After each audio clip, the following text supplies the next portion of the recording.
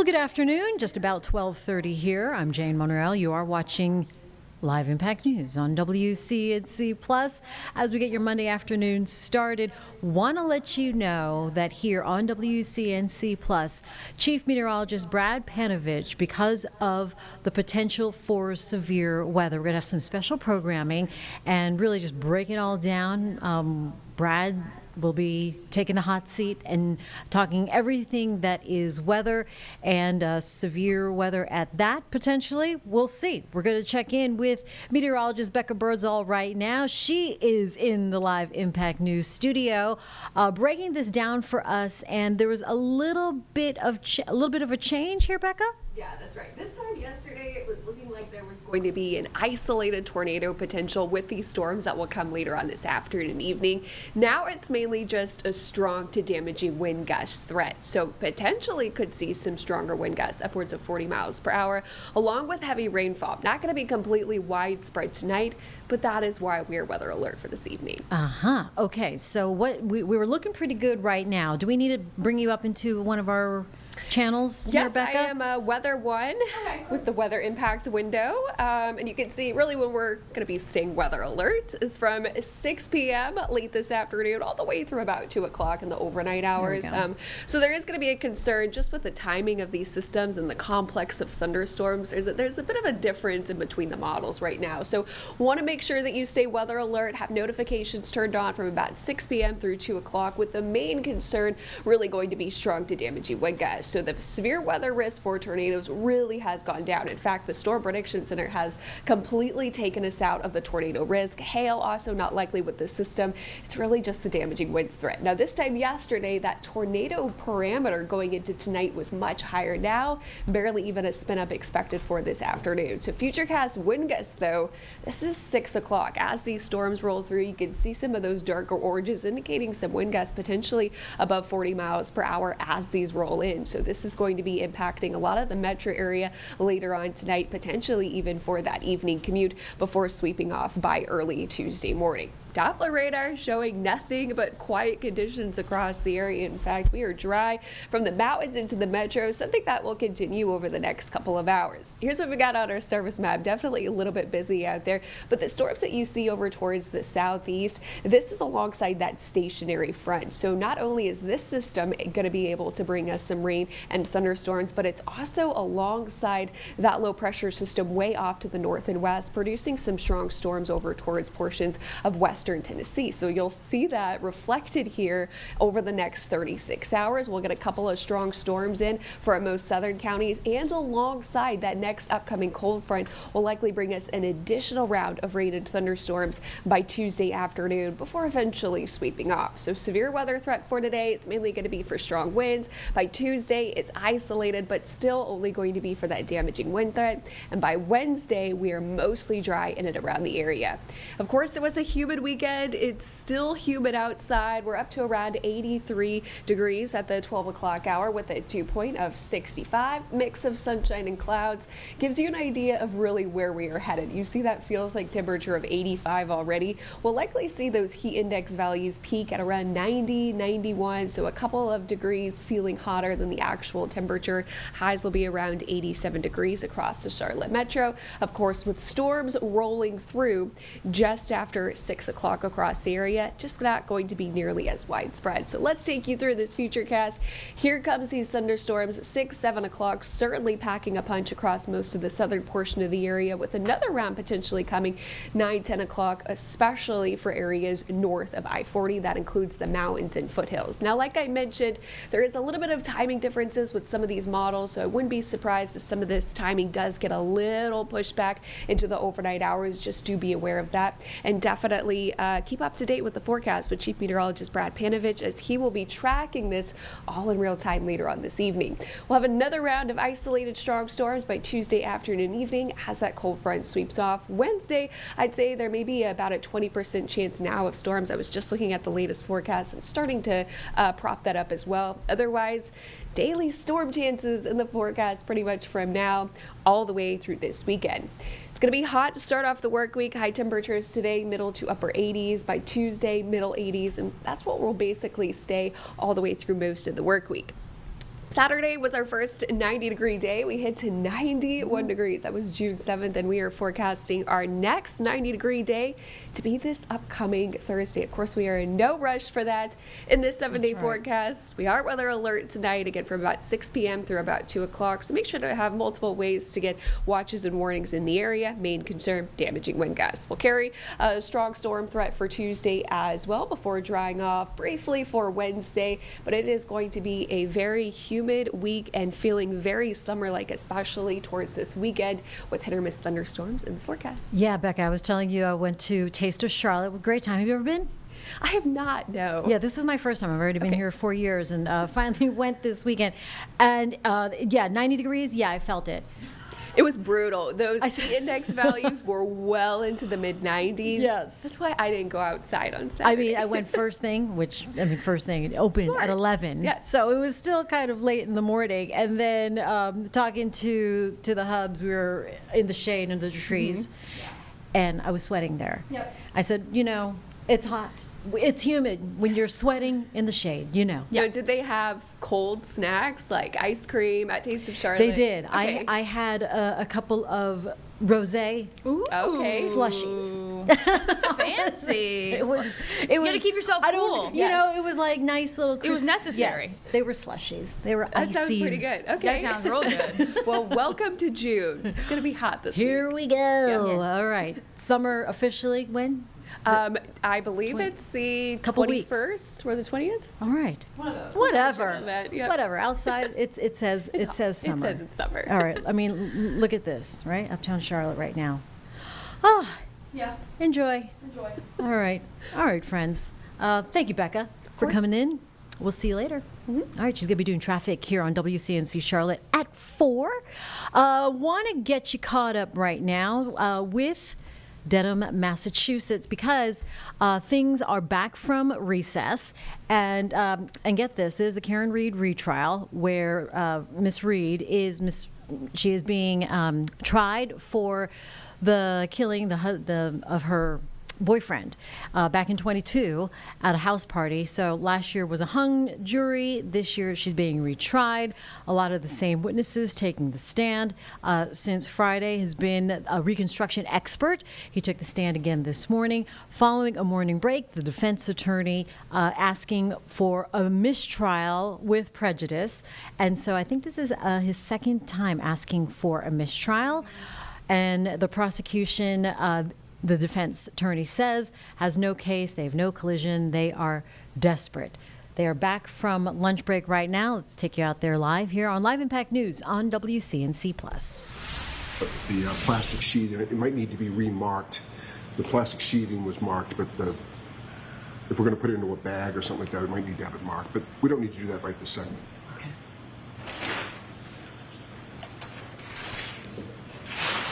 May I approach Mr. McDermott with exhibit Yes. 88? Thank you.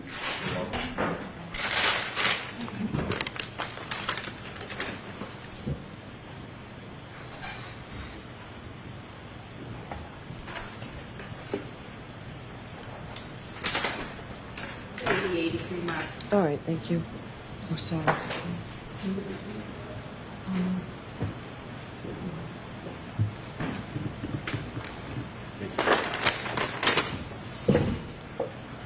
Mr. Alessi, you're simply going to stand and hold the sweatshirt, right? Yes, Your Honor. Okay.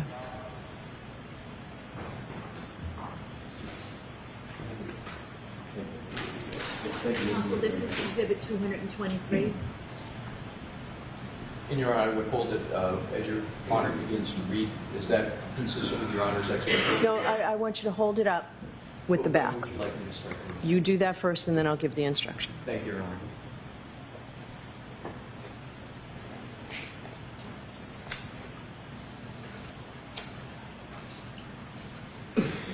All right, so Mr. Alessi, why don't you where are you going to stand? Pardon me? Where are you going to stand? I would suggest, Your Honor, right about here. All right? So you can stand there, you can hold it up, then I'm going to ask you to put it down, and then I'll give the instruction. And then I will return it to Mr. McDermott or the court officer. Yes, Thank you. court officer. Bear with me a moment, Your Honor. I'm going to be put on the All right, then we will take the luncheon recess. When we come back, we'll have the voir dire. Or actually, is Dr. Lapisada here? She's here. She's on next. We're gonna call John Tiedemann. TEDV. For just the measurements? No measurements.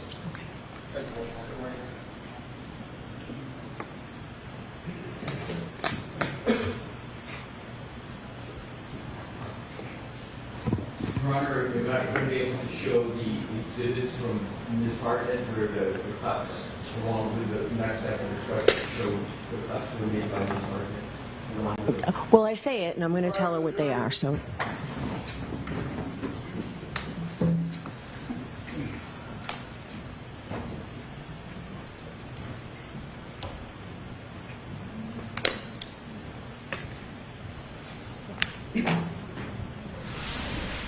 All right, while they take a little bit of a sidebar, we're going to take you out to Los Angeles, where the school district is talking there.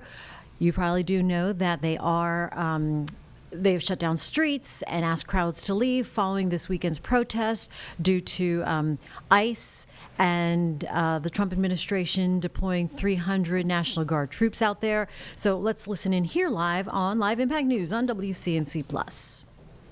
Perimeters of safety around graduation sites to intervene and interfere with any federal agency who may want to take action during these joyous times that we call graduation. Not on our watch.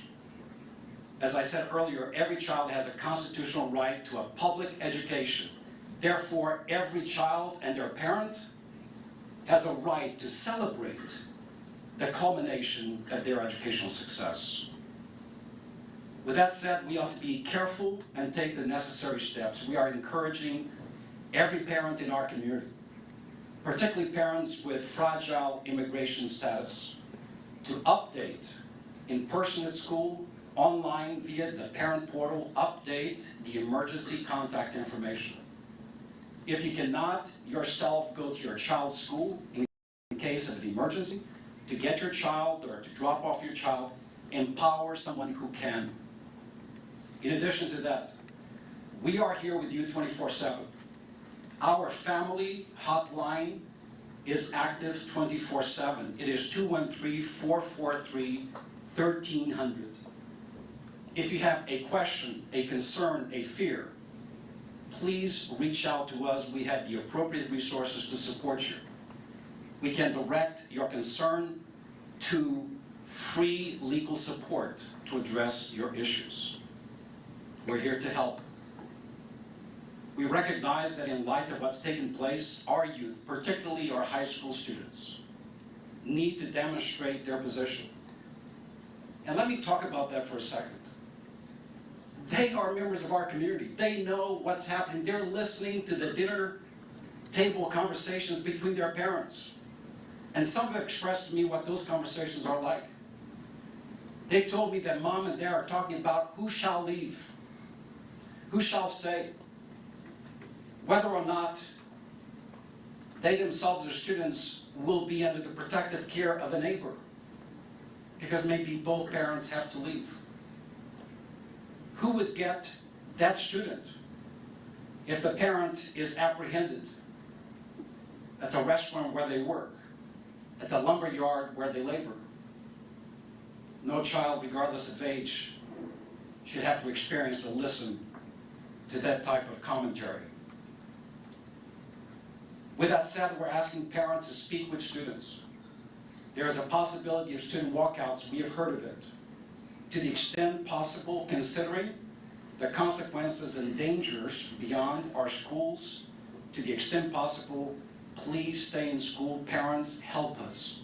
We will provide safe space and time for our students to voice their position and their opinion within the safe confines of our schools. We can no longer predict what will happen outside of our schools. The recent images on TV tell us that. We have mental health resources available to our students, to our parents, and certainly to our workforce. I want to speak directly to the workforce. We often address the students and the parents Our teachers, our counselors, our support staff are hurting over what they see and what they hear from the children we serve. Their mental health crisis is comparable to the one our children face. Therefore, we have Family Wellness Resource Line open. We also have an employee assistance service for education employees. That means all employees, also open 24/7 support for everyone in our school system. Easy number, 1-800-882-1341. If you feel you need assistance, please call. We have established restorative circles to support students in school. Tomorrow is the last day of school in our grade school system, but soon enough we'll be in summer school. June 17th through July 16th, we will operate Summer of Joy, summer opportunities for all students. I don't want the current pervasive fear to deter parents and students from doing the right thing for their kids. With that said, we are going to amplify the number of schools providing summer school services to reduce the travel time for families on our dime.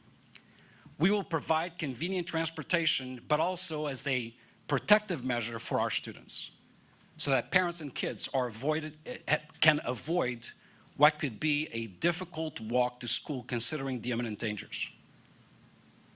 We will also open up virtual opportunities for students who may have extreme fear regarding attendance at their neighborhood school. I want to speak a little bit about the graduation and culmination ceremonies. What happened over this weekend could not have happened at a worse time. The lion's share of our graduations are happening today and tomorrow. In fact, over 100 graduation ceremonies between today and tomorrow. We will protect every parent, every child, every workforce member. We've instructed our principals to not create lines, to not restrict access. As soon as they come, they will enter the venues where the graduations are taking place, reducing the risk for them while on the street waiting to get in. We also have authorized the principals to allow parents to remain at the venue for as long as it takes, should there be any immigration enforcement action around the area where the graduations are taking place. And as I said earlier, we have deployed operations personnel and our school board police to establish perimeters of safety around graduation sites and schools where federal actions are being detected. Where possible, we have stood up Zoom opportunities for parents to be able to witness the culmination of their children online. And lastly, we want to ensure that after the ceremony, the protective pathway for parents is also maintained safe. And that is why our school board police will remain on site for as long as necessary. Lastly, I want to speak once again about our summer school program. Last year, every grade level, every subject area saw significant improvements in terms of performance. This is not public yet, but I'm going to make a prediction today that the improvements of last year will be obliterated by the performance of this year, notwithstanding the fires, the shutdown, and the immigration woes and fears experienced by our community. That's because what we're doing works. The commitment of our teachers, our support staff, our principals, our parents, it's working. And part of that solution resides with the experience of summer school. The current fears could not undermine our summer school program, during which time kids receive academic acceleration, support, enrichment, but also food, nutrition. We cannot deprive our kids of their absolute rights to education and food. Therefore, we will go forward with a month-long summer school program with all of the protective measures I described up until this point. I spoke with Mayor Bass late last night, and we are, and I will not get into the specifics, coordinating support systems and protection for our kids, including expanded transportation. I have communicated with the governor about what must be done to continue to protect our schools and necessary waivers should we see significant impacts to attendance going into summer school or next year. And we have extreme support from both local, state, as well as our congressional delegation, who have declared in a very aggressive way their support for Los Angeles Unified. So with that said, and before I go into Spanish, let me introduce and bring up our president of the school board, Mr. Scott Schmerelson. Thank you, thank you. Thank you so much, and good morning, everyone. That was a very comprehensive report, Superintendent. Thank you so much. I feel assured that our kids are going to be safe. So, you know, this is graduation time. This is supposed to be the happiest time for our kids and their parents. And it's a very sad time. But we have to remember, too, our kids have accomplished a lot. They are graduating, and I try to keep a positive attitude that this is graduation time, and hooray for the kids. I really appreciate that. Well, first and foremost, we stand with every student who comes to our schools, every single student. We're charged with protecting them and preparing them to become what they can be, all they can be. This week, we will continue to celebrate the hard work and the achievements of our students. We will stand for those who are there and those who aren't there. We will stand for all of our graduates. And as we stand for our students, for their right for an education, we also stand for the right for their dreams. And we will stand with the families. Todos somos familia. Let's always remember that. We'll also stand with our labor partners, standing for students with their families. And let's remember, as we stand, we call for this attack on our communities to come to an end. We all stand on borrowed land. And in each board meeting, we have a reminder that this is borrowed land. So let's honor the dreams of our ancestors and call for this madness to come to an end. Thank you. Mm-hmm. As I bring up our Vice President, Dr. Rocio Rivas, I want to announce also as we lead into the summer session, which again begins June 17th, we are aggressively exploring through partnerships, expansion of supervision sites within our school district for families in need. We will provide additional information regarding that matter. During that time period, regardless of the fact that we're going to go into the summer break until summer school begins, we will continue to provide free mental health support for all of our children. Simply call the hotline for parents and information will be provided. Dr. Rivas. Good morning. I am Dr. Rivas, Vice President of the USC Board of Education and proud representative of Board District 2. I'm here to speak out against the wave of deeply troubling militarized immigration enforcement actions taking place near our schools. Actions that are unjust, destabilizing, and simply unacceptable, and deeply harmful to the students and families we serve. In the past few days, escalated ICE-related activity has been reported in Boyle Heights, MacArthur Park, Lincoln Heights, Pico Union, Cypress Park, just to name a few. These are communities of resilience and hope, places where generations have worked hard to build a better life. And yet our families are now forced to live in fear, looking over their shoulders on the way to school or their child's graduation. This is just simply wrong. It is also very, very cruel. Graduation season is sacred. It is a time of celebration, not intimidation. It's a time for honoring student achievement, not inflicting fear. Sending ICE into our communities during this moment is a deliberate act of fear-mongering. It sends a chilling message to students in caps and gowns that their joy is conditional, that their families don't belong. We say absolutely not. I am actively working with the superintendent, Carvalho, our legal team, elected officials, and immigrant rights advocates to provide support and aid, in addition to demand answers and prevent future harm. Let me be crystal clear. ICE has no place near our schools. We will not allow our schools to be zones of fear. LAUSD remains steadfast.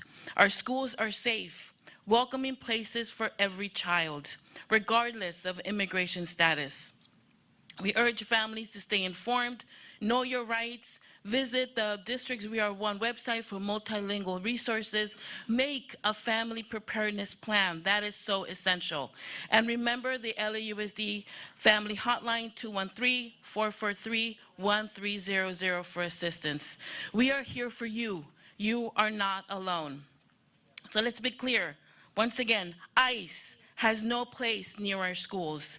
This isn't routine enforcement. It is intimidation. It violates our sanctuary policies, our values, and the basic principles of due process and dignity. To our students, you belong here. To our families, we stand with you. We will not be silent. We will not stand idly by. We will speak out, organize, and protect each other. Because every child deserves to walk across that stage in peace. And to our communities, peaceful protest is our right.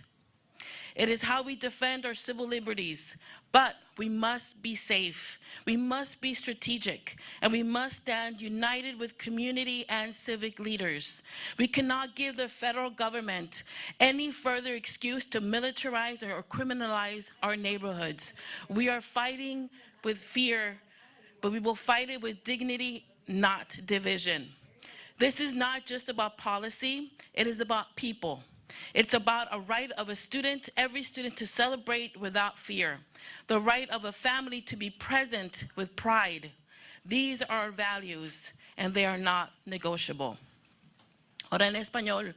Buenos días, soy la doctora Rocío Rivas, vicepresidente de la Junta Escolar de LAUSD y orgullosa representante del Distrito 2. Estoy aquí para denunciar una serie de operativos inmigración militarizados profundamente preocupantes. All right, it looks like Los Angeles Unified School District now talking in Spanish, explaining their press release, their press conference, I should say, today out there in LA following very physical ICE presentations, demonstrations over the weekend, and her message clear there that they would not like to have any ICE or federal agent presence around their schools as they are graduating this week, and it is graduation season, and they would like their students to continue attending classes. The superintendent, Alberto Carvalho, also speaking, and he will also be speaking in Spanish following the Board of Education. So from here, I want to get you caught up now with an update on a shooting that happened in Newton. This happened at a motorcycle club early Sunday morning.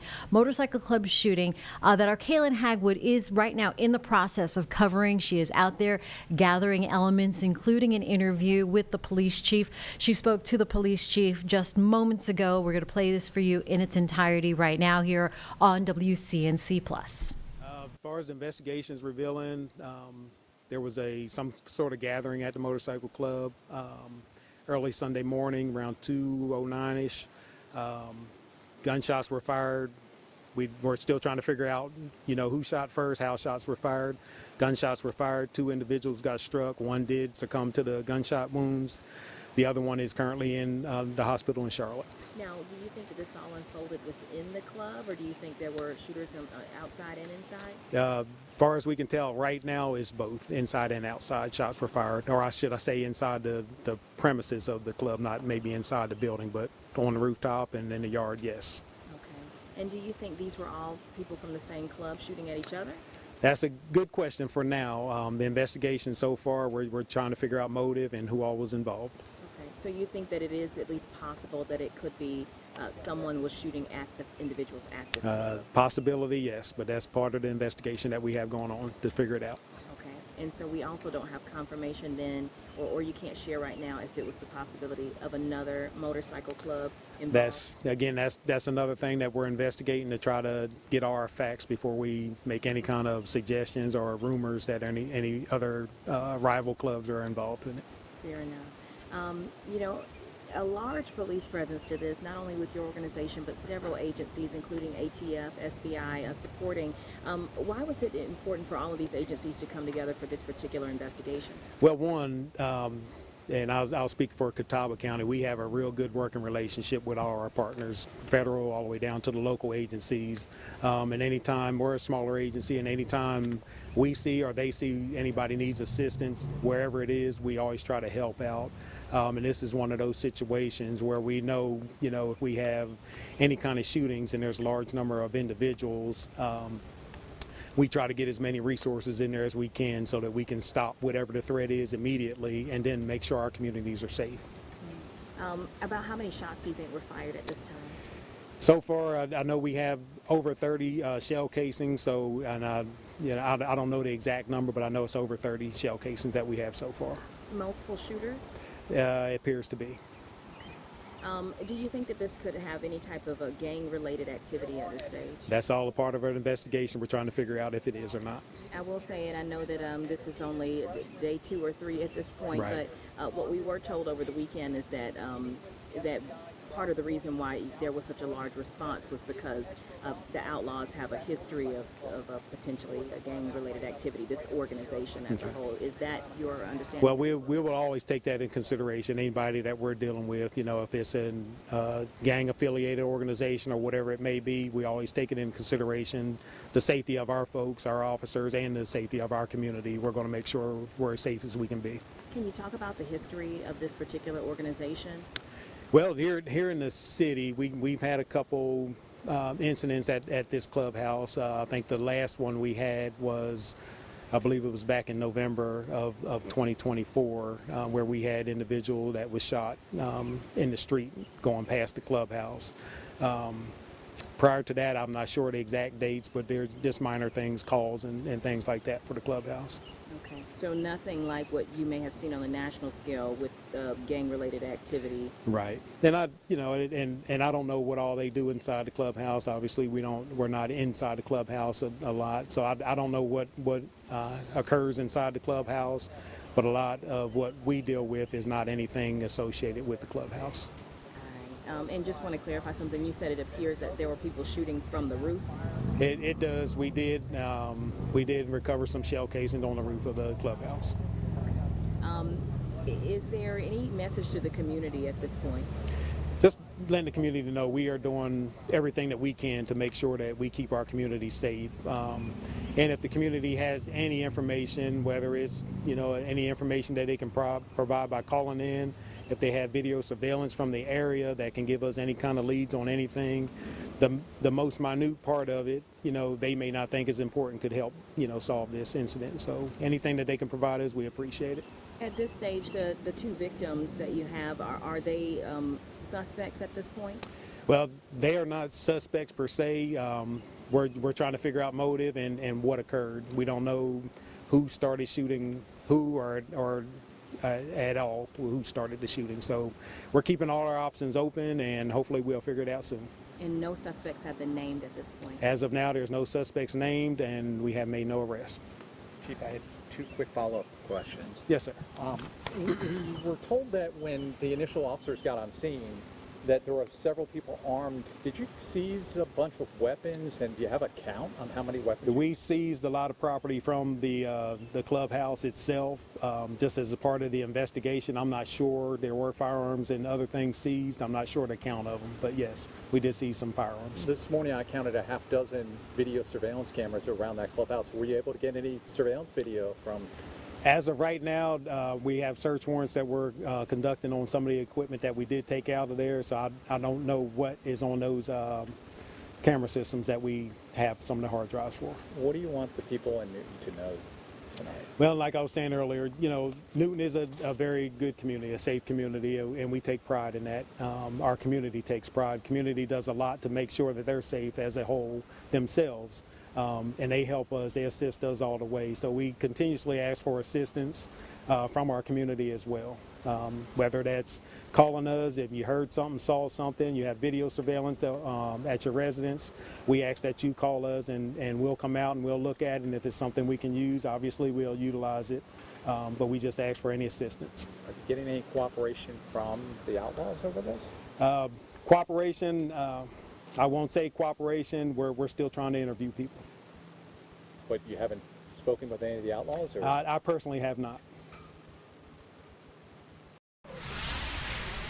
And you just heard that interview in its entirety, raw interview with our Kaylin Hagwood, who is covering the details on what happened at a motorcycle club shooting that occurred in the early hours of Sunday morning at a motorcycle club in Newton. We will have more details coming up on WCNC Charlotte News at 4. Want to get you back to LA because of the ICE protest that happened over the weekend. That has pretty much rippled into more rallies and responses from across the country, including the Unified School District in LA, as it is graduation season. They have the superintendent as well as board members and Board of Education members there speaking right now to the parents and to concerned families. Let's go ahead and back to that live here on WCNC Plus. Our Constitution was founded on that principle alone. And parents are welcome here in our schools throughout the County of Los Angeles and here at LA Unified School District. And I want to say to you that we are here, the County of Los Angeles, to work side by side with you and to help empower our community. Today should be, and tonight and tomorrow, a festive occasion. For many of these students who have struggled, as was stated, some are the first in their family to graduate from high school ever. What does that mean if they feel that they can't show up with their parents or their grandparents to feel that pride, ese orgullo que tenemos for our children? People shouldn't be able to rip that apart, and that means the federal government. And they don't have any business in our classrooms. They shouldn't have any business in our schools. They should not have any business in those safe places, including our libraries, our courthouses, and all those institutions that provide safety and protection to our families. So I applaud you. We stand with you, and muchas gracias. Thank you. Thank you very much. Board Member Nick Melvoin. Thank you, Superintendent, and thank you for your continued courage in telling your story and standing up for our kids and communities.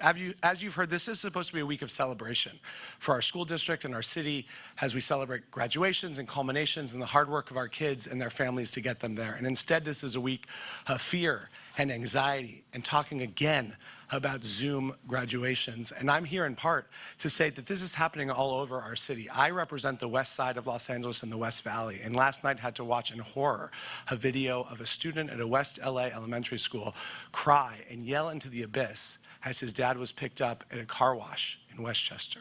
A family outing on a Sunday and an elementary school student on the west side of LA. This is happening across our city. And let me be clear.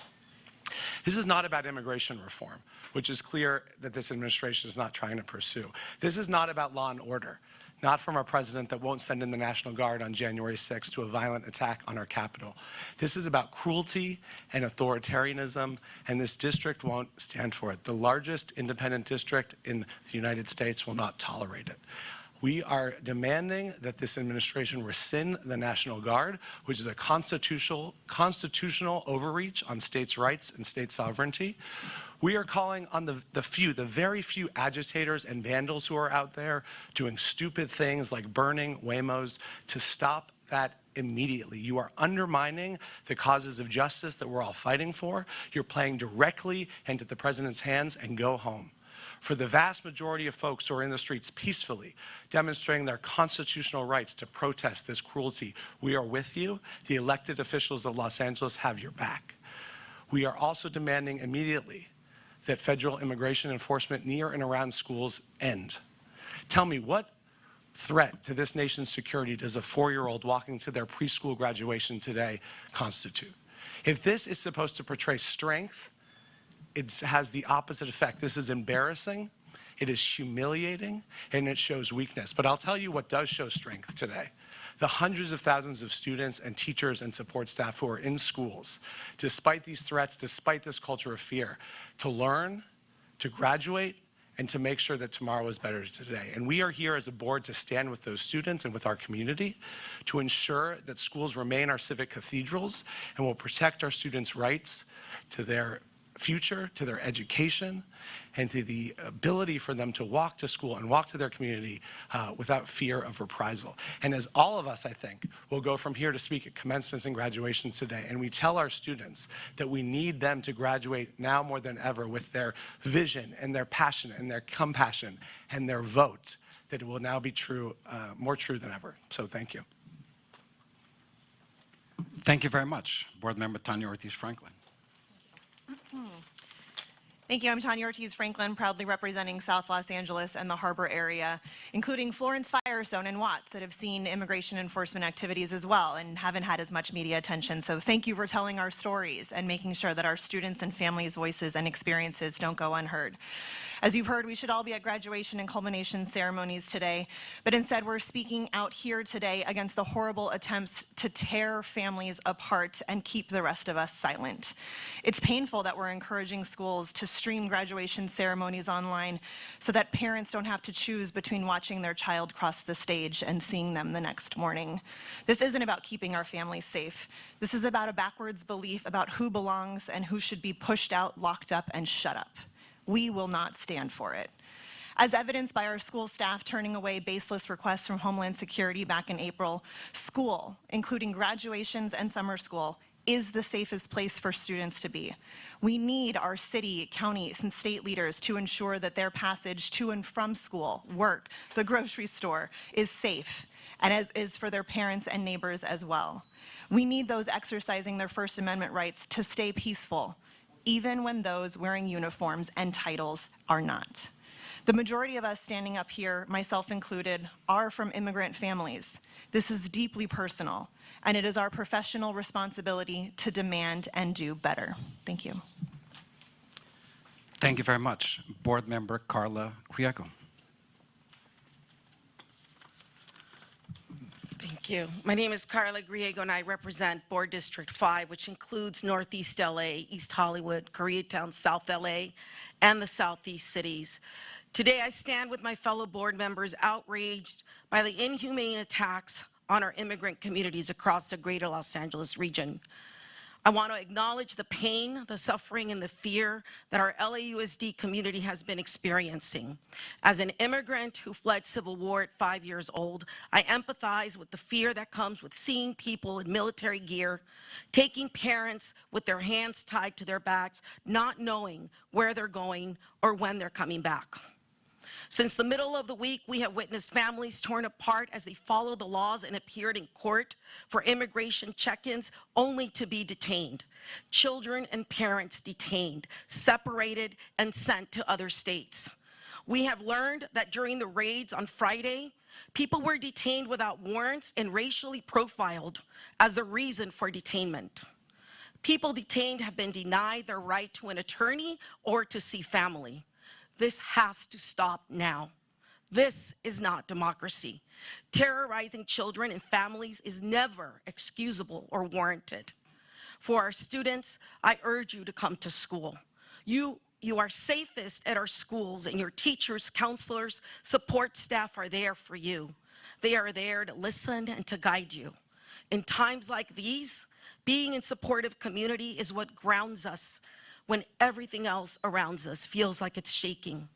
So as long as we have our schools open, come to school to be supported and to support others. Be in community and collectively ground and empower yourselves. Parents, know that your child's teachers and school staff's priority is always the well-being of your children. They are there for them, and they will not abandon them. So please ensure that they come to school. And to our community, know that as a district, we are committed to an inclusive, affirming, and safe schools. All of us in LAUSD, including our labor partners, are committed to keeping our students and families safe. I urge you to advocate to reverse the decision to bring the National Guard. I urge you to advocate for an end to raids that violate people's rights, and if people are detained, that they are given due process. LAUSD families, you belong here, and we're in this together. Thank you always to our LAUSD employees who continue to work hard to keep our students safe. Thank you. Thank you very much. And the last voice on the part of the board, Board Member Kelly Gomez. I'm Kelly Gomez. I'm proud to stand with my colleagues here on the board in support of our immigrant families today. I represent the East San Fernando Valley, communities like Pacoima, Sun Valley, San Fernando, North Hollywood, communities that are by majority immigrant families. And there is so much fear and trauma in our families today, in our homes. I want to reassure our families that we decry these abhorrent tactics by the federal administration, the use of the military against our civilians, these ICE raids, which are clearly not about safety or law and order, but are about terrorizing our families, about dehumanizing them and breaking them apart. We will not let this divide us. We will not let them win. We will not cower in fear at a time when the moment demands us to stand up, to speak up, and to fight back. And that is what this district is doing.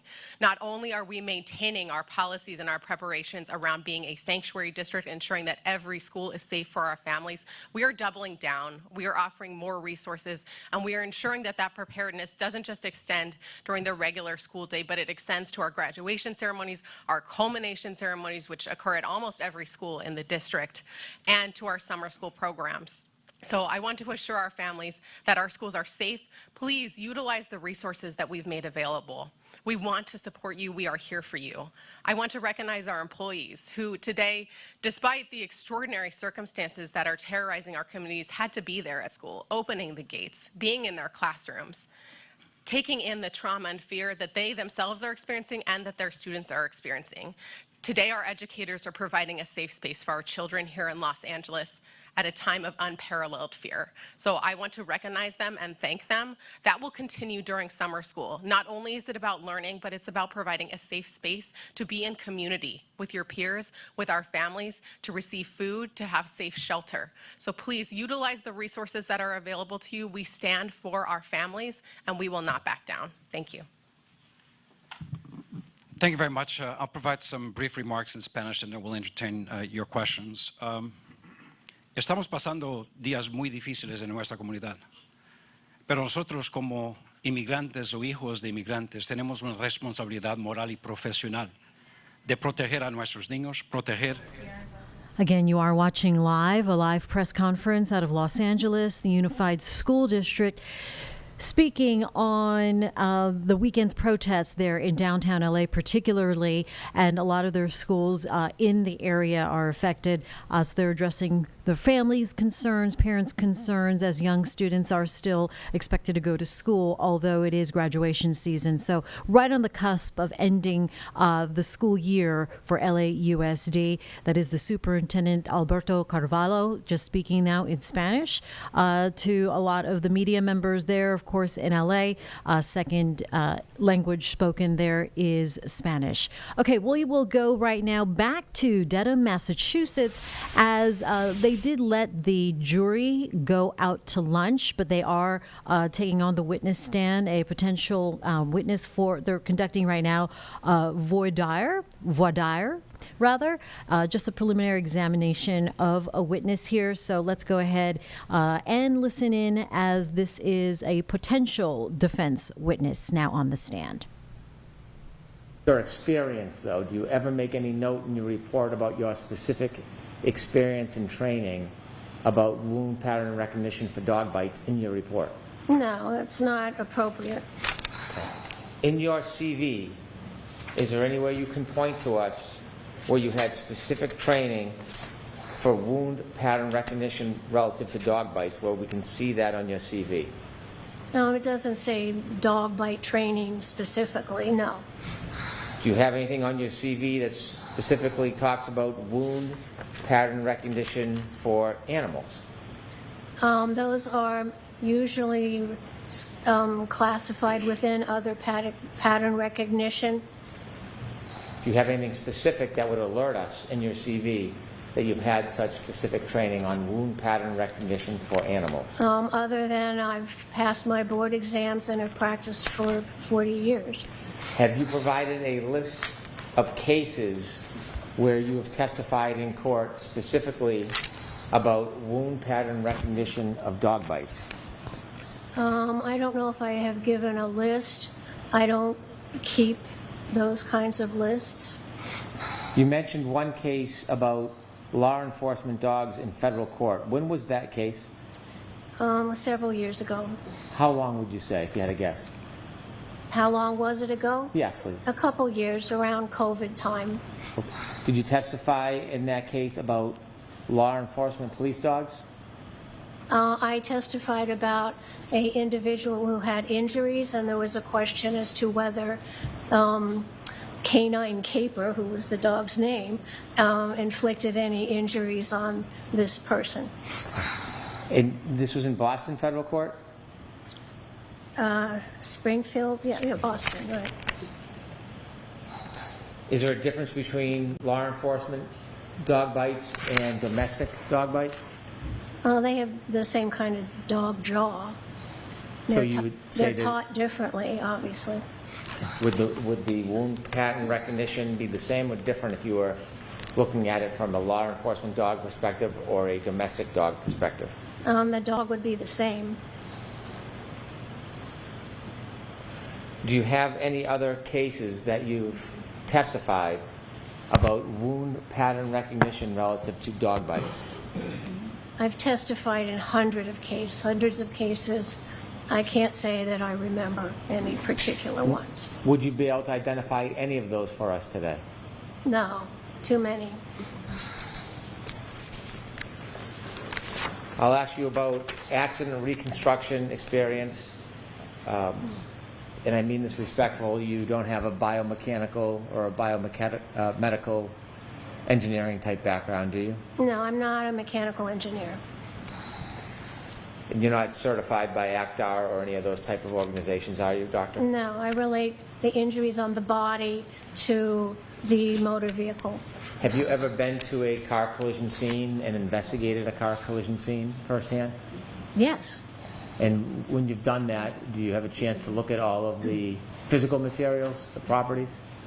Well, when I go to a scene of a motor vehicle fatality, I look at the pieces that are scattered around, I look at the body, I look at blood stain patterns, I look at damage to the car, and then the body would go back for the examination at the medical examiner's office, and there would be further examination of the scene by accident reconstructionists and examination of the automobile by specialists who could figure out what motor vehicles do.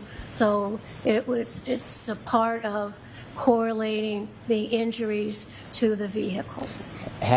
You've never written an accident reconstruction report yourself, have you? No, that's not what I do. I understand. In this case, what materials did you look at? Because I don't think in your report it mentions the materials that you studied. What materials did you study as the basis for any potential opinions regarding accident reconstruction? Well, so you would like for me to tell you everything I studied in this case? Yes. I have my list here. Should I read That's fine from by that? me. Okay. I studied the autopsy report, neuropathology report, toxicology, and associated paperwork from the medical examiner's office. I studied 104 autopsy and neuropathology photographs, 70 additional autopsy photos taken by Trooper Watson. I studied Mr. O'Keefe's medical records from the Canton Fire Department and EMS run sheet. I studied the Good Samaritan medical records that also included 35 photographs of the body. I looked at evidence of Mr. O'Keefe's clothing, blue jeans, t-shirt, sweatshirt, boxers, and sneakers. I'm sorry. I looked at photographs that were taken at the crime lab of various pieces of plastic, black, red, and clear. I studied photographs of the outside of Ms. Reed's SUV as it was parked at the police garage. I studied the Canton Police incident report, about 100 photographs taken by Canton Police of the outside scene. So that gave me a very good idea of what happened to Mr. O'Keefe. Were you involved in the case Commonwealth versus Daniel Tompkins? Remind me about that. I've been involved in hundreds of cases. Yes, you have. This case was in Franklin County Superior Court. It was a case where you had an opportunity to present testimony and regarding blood spatter, which you have been qualified expert for. I'm sorry. Well, that doesn't quite say what I did, but I remember the case you're talking about. Did you attempt, or was there an attempt to have you qualified to talk about accident reconstruction in that case? No, I'm not an accident reconstructionist. And do you remember whether or not there was an attempt that was denied to try to have you talk about accident reconstruction in that case? I have no idea. I'm not an accident reconstructionist. Okay. Do you have anything on your CV specifically that offers any background on accident reconstruction or accident reconstruction type classes or seminars? I don't think so. All right. Thank you, Dr. LaPosada. No, you're welcome. So can I just ask Dr. LaPosada about, you said you've been involved in autopsies with dog bites. Yes. How many? I've done thousands of cases, probably 50 or so. It's not always the cause of death. And then I've supervised maybe 75 more where that dog bites were involved in the case. When was the last one? Let's see, probably 2 years ago. Okay. Any questions based on my questions? No. All right.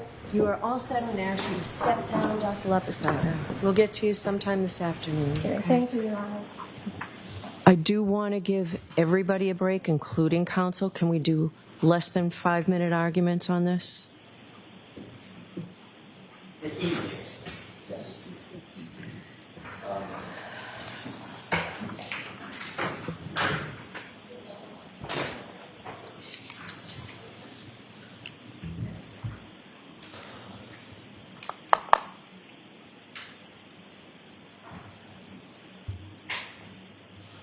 Your Honor, I'll make this very brief. Okay. Dr. LaPosada is eminently qualified to speak to both the issue of wound pattern recognition as it relates to dog bites, specifically, as well as cause and manner of death as it relates to vehicle pedestrian incidents or impacts. The doctor has an incredibly impressive resume, just a touch of which we reviewed during the course of this. Good afternoon, everyone. Jane Monreal here with you, coming up at 1:30 on a Monday afternoon, and you are watching Live Impact News on WCNC Plus. Nick Sturdivant taking the day off today on this muggy day, but if you're around the Charlotte area, you know it's been muggy now for a few days. So let's bring in back to the Live Impact studio, Becca Birdsall, getting us caught up. If you missed us about an hour ago, Becca, humid, sunny, but we might be in store for a little bit of a change this afternoon. Yeah, that's right. And the humidity and the warmth is actually what's gonna help fuel some of these thunderstorms, especially later on tonight. Now we are weather alert from about 6 p.m. through 2 o'clock early Tuesday morning as we track some strong to severe thunderstorms that could develop later on today. So that's why we want you to stay weather alert for strong to damaging wind gusts, but also for the potential of a brief isolated tornado. So if you haven't already, download our WCNC app so you can track these storms in real time. So for today, I'd say what's trending lower and lower is that tornado risk. Yesterday, the Storm Prediction Center had us under a low threat for severe storms containing a tornado. Now that has really backed off. I'd say the main threat going into tonight is going to be the potential for strong to damaging wind gusts. That is upwards of 50 to 60 miles per hour, along with heavy rainfall. And of course, when we see heavy rain mixed in with strong winds, that is when we have the potential to see some downed trees and down power lines. Again, why we are weather alert. You can see later on today, 6, 7 o'clock, with those powerful thunderstorms, winds really start to ramp up. Pretty intense, though. This is forecasting some wind gusts upwards of 40 miles per hour at times. Of course, any severe storm that does develop could contain wind gusts over 50. We'll carry that all the way through early Tuesday morning before briefly drying out before another round of storms comes later on Tuesday. Doppler radar really showing nothing but quiet conditions currently. That is a different story, though, just across the southeast. We got lots of showers and storms pushing in from Tennessee all the way over towards the Ohio River Valley, but also the southeast is pretty active as well over towards Atlanta. A lot of lightning strikes moving in from Alabama towards Georgia, and it's really these two systems that we're watching. We've got a stationary front that extends from Charlotte all the way down over towards Atlanta, and that's going to give us the opportunities to see some stronger storms later on this evening. But alongside that cold front and low pressure system just behind it, that's also going to provide a couple of storms, especially later on Tuesday. So you'll notice most of these storms are coming from the southeast later on this evening, but a couple more storms will be possible later on tonight and by Tuesday as the system actually pushes across the area. So we'll have a chance for severe storms not only today, but an isolated threat for tomorrow. Main concern with both of these is going to be that damaging wind threat. By Wednesday, that is when we start to dry off. Live look outside, definitely a humid day. Maybe not as humid as it was for yesterday, but mix of sunshine and clouds, and those high temperatures will likely linger around the upper 80s, and we're well on the way there. 85 currently in Charlotte, 82 in Hickory, 76 over in Boone, about 73 over in Jefferson, but Chirac leading the pack have already hit 90, and you know what, we won't hit 90 here in the Charlotte area, but it will certainly feel like it. Those heat index values will likely be as hot as 90 or 91, again with a couple of storms moving in towards those evening hours. So Futurecast timing this out for you. Here comes the strong storms mainly impacting the Charlotte metro area towards the evening hours. Everywhere else north of that looks to stay mostly dry. That changes though around 8, 9 o'clock when more of those stronger storms start to hit to the mountains and north of I-40. By the time we get to Tuesday, a couple more strong storms during the afternoon and evening as that cold front actually slides through. So rain chances today and tomorrow, they really start to peak late tonight into early Tuesday morning. Then by the time we get towards the afternoon hours, another round briefly drying out for Wednesday with a couple of more storm chances in store for the weekend. Not widespread, just those hit or miss summer-like storms that we forecast every year. As we head towards this work week, it's going to be warm and humid. Middle to upper 80s is pretty much where we're headed over this work week ahead, probably peaking on Thursday with another 90-degree temperature. Of course, that's what we did on Saturday. We had our first 90-degree day, probably our first of many in June, but our next forecast 90-degree day is officially on Thursday, but it will be feeling like the 90s pretty much all week long. Okay. Do you like the 90s? I definitely do not. Oh, psych. No, I'm more of a mild girl. 70s A mild, is yeah, the sweet 70s all spot. day. I know, but you lived in South Texas. Exactly. I know. Oh, and that's why why you guess. left. That's why I got out of Texas to escape the heat. But here we are. It is June. Here we are, and here tonight on WCNC Plus, Chief Meteorologist Brad Panovich kicking things off with live weather impact news. You could use all of the weather-related updates you need, and because of this potential for severe weather tonight, wow, the more reason why you need this. So keep it here. We usually take a little break at 6:30, but not tonight. Not ever again. We're going to keep this WCNC Plus train going on Live Impact News. So we're glad you're watching and you downloaded WCNC Plus. We presume that's what you downloaded to your Roku TV, your Fire TV, your Apple TV. I know I've got it at home. Mm-hmm. All of the TVs. All the TVs. You want to keep it on all the time. Just in the background. When you're doing stuff. Yeah. You know? Because we're live. We're live, and you won't miss a thing. Won't miss a thing, just like Aerosmith says. And you know what? Brad is also going to be tracking those storms in real time later on this evening. So great way to keep up to date with what's going on in the weather. We all love Brad. And we all love Brad. Loves Brad. We can't get enough. That's right. So spread the word. Tonight, 6:30, Chief Meteorologist Brad Panovich here on WCNC Plus. Get excited watch WCNC Plus on your favorite streaming device. Can't say that enough. Download it now, please. All right. You don't want to miss this. And you How don't. You could never. You don't want to miss this. Yeah, This is where else? entertainment. Where else can you see this? All of this. Nowhere. Nowhere. Girl power. That's right. And we do it all live. And so even if it's previously recorded, maybe it's a raw interview. Yes. We'll run it in its entirety. You can't Yep. get that on the TV. Yep. I mean, unless you download WCNC Plus Right. to your TV. Yep. All right. You want to stay here? Is everyone on board? I'm on board. Everyone's on board. All right, we're on board. We are coming up on 1:36 right now here on a Monday afternoon. Okay, so it does look like, thank you, Becca Birdsall, for coming into the Live Impact studio, giving us that good heads up for potential for severe weather tonight. But yeah, the mugginess is here. It's here to stay. We call it summer in the Carolinas. All right, back to Karen Reed. And the attorneys are weighing and making their arguments to have this one particular witness be a witness for the defense. Let's go back there live here on WCNC Plus.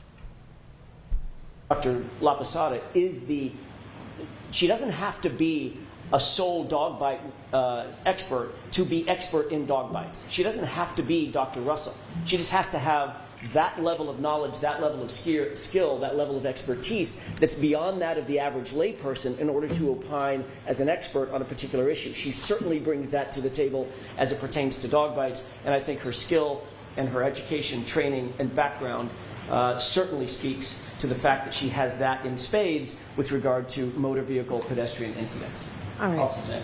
Thank you. All right, I'll get your ruling as soon as I can. So we're going to start back up at 2:20, and I expect to go straight through the rest of the afternoon. All right, for the court, please. And there you have it, wrapping up arguments now, taking a little bit of a recess there out of Dedham, Massachusetts for the Karen Reed retrial. Okay, get you back out here to what is happening in the sports world. If you're in the Charlotte area, you must have been familiar with the Savannah Bananas. Wow, they had sold out, not shows, but games. It is a show as well. It's very entertaining, so I hear. You haven't been. Carlene, have you been? I have been. I went when they came to Kannapolis. Okay. So I was like, I want to say it was the year before last. Before they got, they've just been blown up. It's just Huge. skyrocketed since they did their little documentary, and then now their stories out there. It's very entertaining. So fun. It's so much fun. From what I've seen, it is so fun. So, with that out of the way, what other sports can we look forward to? We got checkers. We got checkers. We got checkers. They're Calder happening Cup. on Friday. Wow. At home. At home at Bojangles Coliseum. So get your tickets for that. And you know what else is coming to Charlotte, Carlene? FIFA. Club FIFA World Cup. That's right. All right. It's different from what you know as the World Cup, friends. Because my husband is like, wait, it's not World Cup. I go, it's Club FIFA World Cup. It is confusing. Yeah. So it is a tournament that is the first to come to the Charlotte area. We are only one of 11 cities that these 32 elite teams are coming to, including Real Madrid. It kicks off this weekend. We will have the first of a few matches at Bank of America Stadium starting on the 22nd. But if you missed my interview last week with the chief football officer of World Cup FIFA, you will be able to see it right here, right now, because it's previously recorded, and you get all the information you need and get excited for football. FUTBOL here on Live Impact News on WCNC Plus. Soccer fans in the Charlotte area have something very exciting to look forward to as well. The FIFA Club World Cup is coming to the U.S. for the first time ever. Charlotte, just one of 11 cities selected to host a match. That tournament is going to kick off June 14th, and really, we're looking at teams including Manchester City, Real Madrid, Inter Miami. So joining us now is Jill Ellis, FIFA's chief football officer officer. It is a big title. Football officer, the only coach to win back-to-back FIFA Women's World Cups. Jill, thanks for joining us this morning. A pleasure and honor to have you here. Thank you so much. That is a mouthful, I will tell you. Yeah. Chief Football Officer, yeah. Coach, you're joining us from Switzerland, is that right? I am, yes, in Zurich. It's afternoon here, but heading to Miami soon for the game next week. For the All right. Very cool. What is it like to be for Charlotte? Tell us, how big of an impact this is for this inaugural tournament. Well, I think it's obviously, like you said, it's the first time there's ever been a Club World Cup, and I think for Charlotte to host one of these matches, I think speaks a lot. I was actually there with the president. I think it was a couple of months ago now. I think we ended up pulling some beers downtown. But I think Charlotte has really established itself. I mean, obviously it's a sports town. It's got major sports there, but it's also very much now a soccer town. And with the MLS club being there, the fan base, the youth. I know they have a women's professional team there now. So I think it just made total sense for there to be a major tournament, major world tournament come to Charlotte. And it's beautiful because it allows obviously fans from around the world to come and experience Charlotte just in terms of a tourism type place, but it also allows, with this thing being shown around the world, it allows people to obviously see Charlotte around the world, New Zealand, Asia. There's going to be people from all over the world tuning in for this tournament. So it's pretty exciting. I mean, the tournament itself, but just for Charlotte, it's got some of the biggest matches, like you said. It's got Real Madrid, it's got these massive clubs coming there, it's got Bayern with some of the best stars. So I think all in, it's going to be a real soccer festival showcase. Yeah, I mean, Coach, for viewers who might be casual soccer fans, who are some of the teams and stars that people might want to look to? Yeah, I mean, in terms of globally, and maybe just to put this in perspective, when you have a World Cup, you have now 48 nations represented. There's over, I want to say there's 80 plus countries represented on these rosters. So it truly is a global tournament. But you have, an iconic club like Boca Juniors coming out of Argentina. You've got PSG, which is the current Champions League winner. They just won that trophy last week. In Charlotte, you've got Bayern Munich coming with, they just won their domestic league, the German league. You have Real Madrid. So it's almost a galaxy of stars. As you mentioned, I think you said Man City, you've got Chelsea. So it really is representative of every club. But the unique thing about this is, for years, and I've been in this sport a long time, you've got clubs that say, we're the best club in the world. Or you have leagues that say, we're the most competitive, we're the best league in the world. But this is now a tournament that actually allows that to play out in terms of, a competitive format that pits the best clubs, the best leagues against each other. So it's, I'd say it's been a long time coming, but I know us in the sport are really excited about this. Yeah, I mean, speaking of a lot of experience in the sport, you coached two back-to-back women's national team to World Cup victories. What can you tell us about the atmosphere that fans can expect? And, I mean, it's going to be, I would imagine, totally pumped. It is. I mean, and I've been to obviously a lot of different sporting events, not just soccer. Soccer games, I mean, it's a very much a festival in terms of fans singing. I mean, fans will sing nonstop, and there'll be flags and they'll be cheering, and it really has kind of an energy to it. But when you suddenly take the passion of the fans and now you have a competition that you're actually competing for a world championship. I mean, it's very rare that players get that title, right, in terms of world champion, and it truly be global. So I think you're going to have players that come into this. They want to win the first iteration of this. Yes, there's a lot of prize money, but you add the fan base to what's at stake. I think it's going to be a really competitive, compelling, can't miss kind of atmosphere and can't miss kind of match. So it'll be a lot of fun. I mean, I think the hardcore fans are for sure going to show up, meaning, people that know about the sport. I mean, Charlotte FC, they got some really passionate fans. But this is a chance for the curious and the new fans to come and really see what this sport is all about by watching the very, very best compete. As FIFA's chief football officer, football for soccer, for those of us who are more familiar with soccer, you really are helping shape the future of the sport. How does the Club World Cup fit into FIFA's broader vision? I think the underpinning of this is access and opportunity for people to play the game and watch the game. So now you take a Club World Cup format. So immediately what I would say to you is now there's a Club World Cup for men. There's also one now created for women. So what it does, especially on the women's side, is you create a competition, and now it incentivizes people to invest in women's sport, or to create a league, or to create a club to be in there. When you have something to play for, it incentivizes growth and investment. So, for me at this point, in my career, obviously I spent 35 years on the sideline. To have a chance to really create something, that will continue to either have a little girl or boy go out and pick up a soccer ball and go out in the backyard and dribble it. There's that inspirational section part of it, but more importantly, it especially in the U.S., it brings a greater spotlight on this sport, which is, it's not a fledgling sport anymore in the U.S. It's very much established. It's very much here, but it continues to, I think, create opportunity for fans to see it, for players to be inspired to want to go and play, and create heroes, which I think is ultimately what sport is about.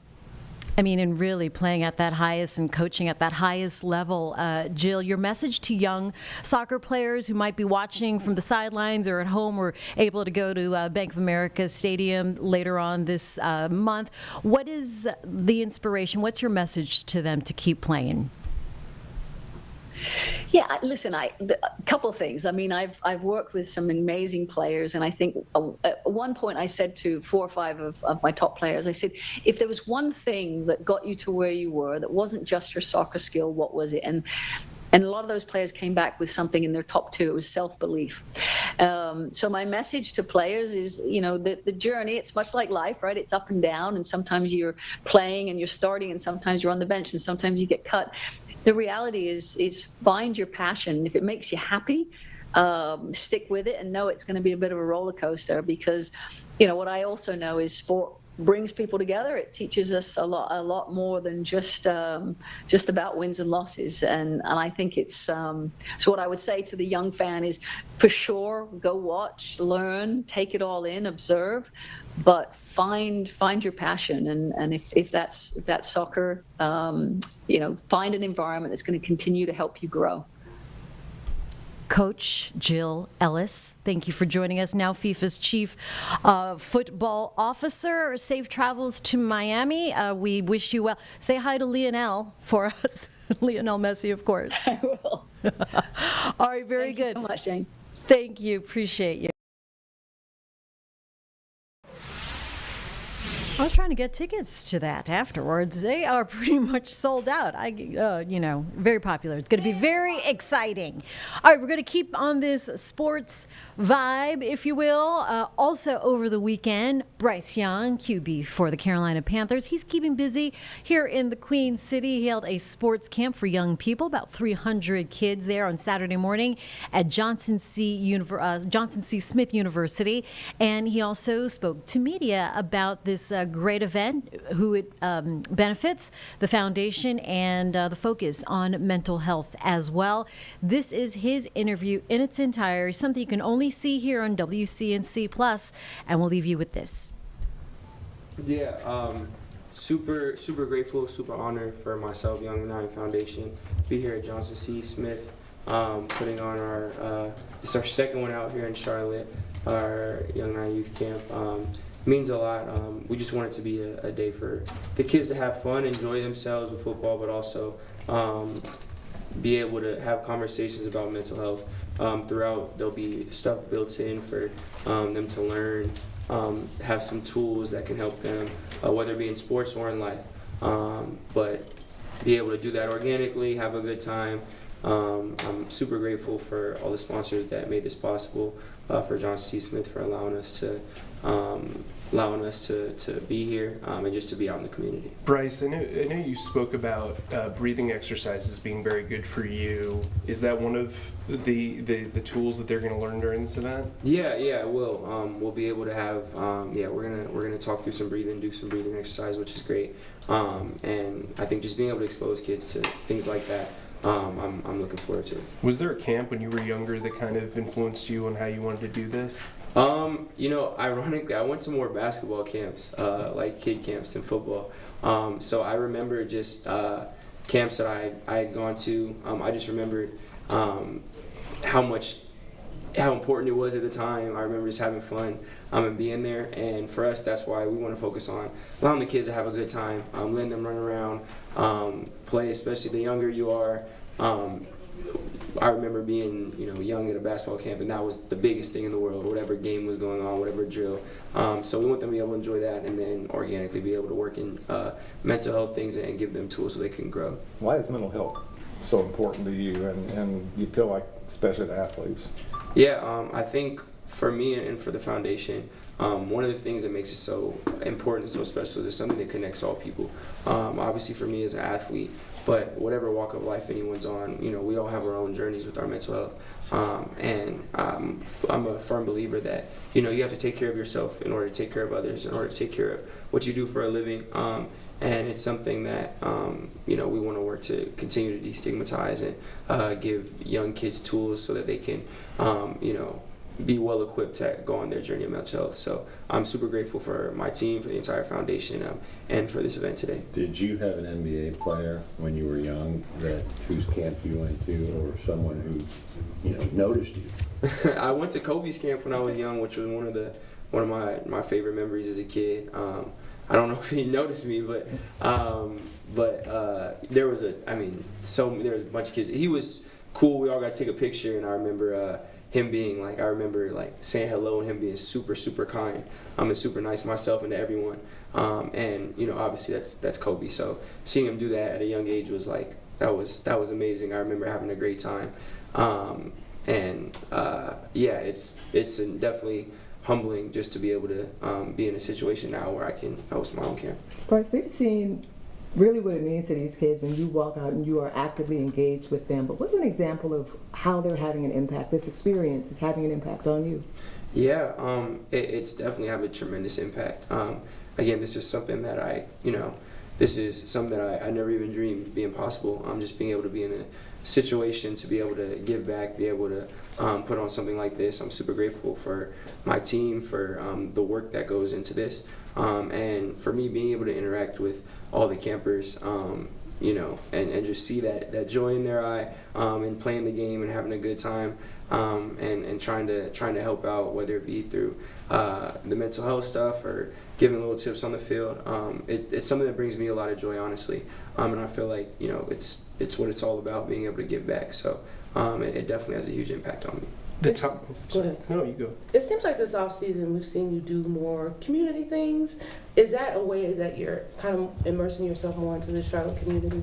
Yeah, for sure. I'm just super grateful for the community itself, just for embracing me. The longer I've been here, the more I've enjoyed it, the more rooted I felt me and my family have become. So I've felt more called and more drawn just from being here longer and longer, just wanting to give back, wanting to be a part of the community. The fan base and the community in general is such a, it's such a strong building block for us. We rely and lean on them a lot during the season and the off season. I want to do everything I can to give back. I'm super grateful for being able to be here. So every time I've been able to be out in the community, it's been a great time. The timing of this between OTAs and mini camp before you go on summer break, why was it important to have that kind of, I guess, checkpoint within, from a perspective standpoint within the off-season program as opposed to maybe later on in the summer? It's a great opportunity just to gain some perspective. Again, it's when you're working and football is your job and you get into the very intricate details of what we all go through as professional athletes. I wouldn't say you lose the love, but obviously it becomes work. You do it all the time, and this being like a great reminder for myself, a great refresher going into mini camp where we're going to be locked in, grinding for next week. Just being able to see the joy that everyone, as kids especially, had, seeing just kids enjoying the game, having fun, running around. That's something that, again, for me, I'm super grateful for. I take a lot of pride in and get a lot of joy from. So it'll be great just to get some perspective going into minicamp. Is that your favorite part, interacting with the kids? Because we saw you at Xavier's camp interacting. It seems like it comes natural to you. Yeah, for sure. I'm super grateful for the campers, for the youth. Again, just seeing the joy they have.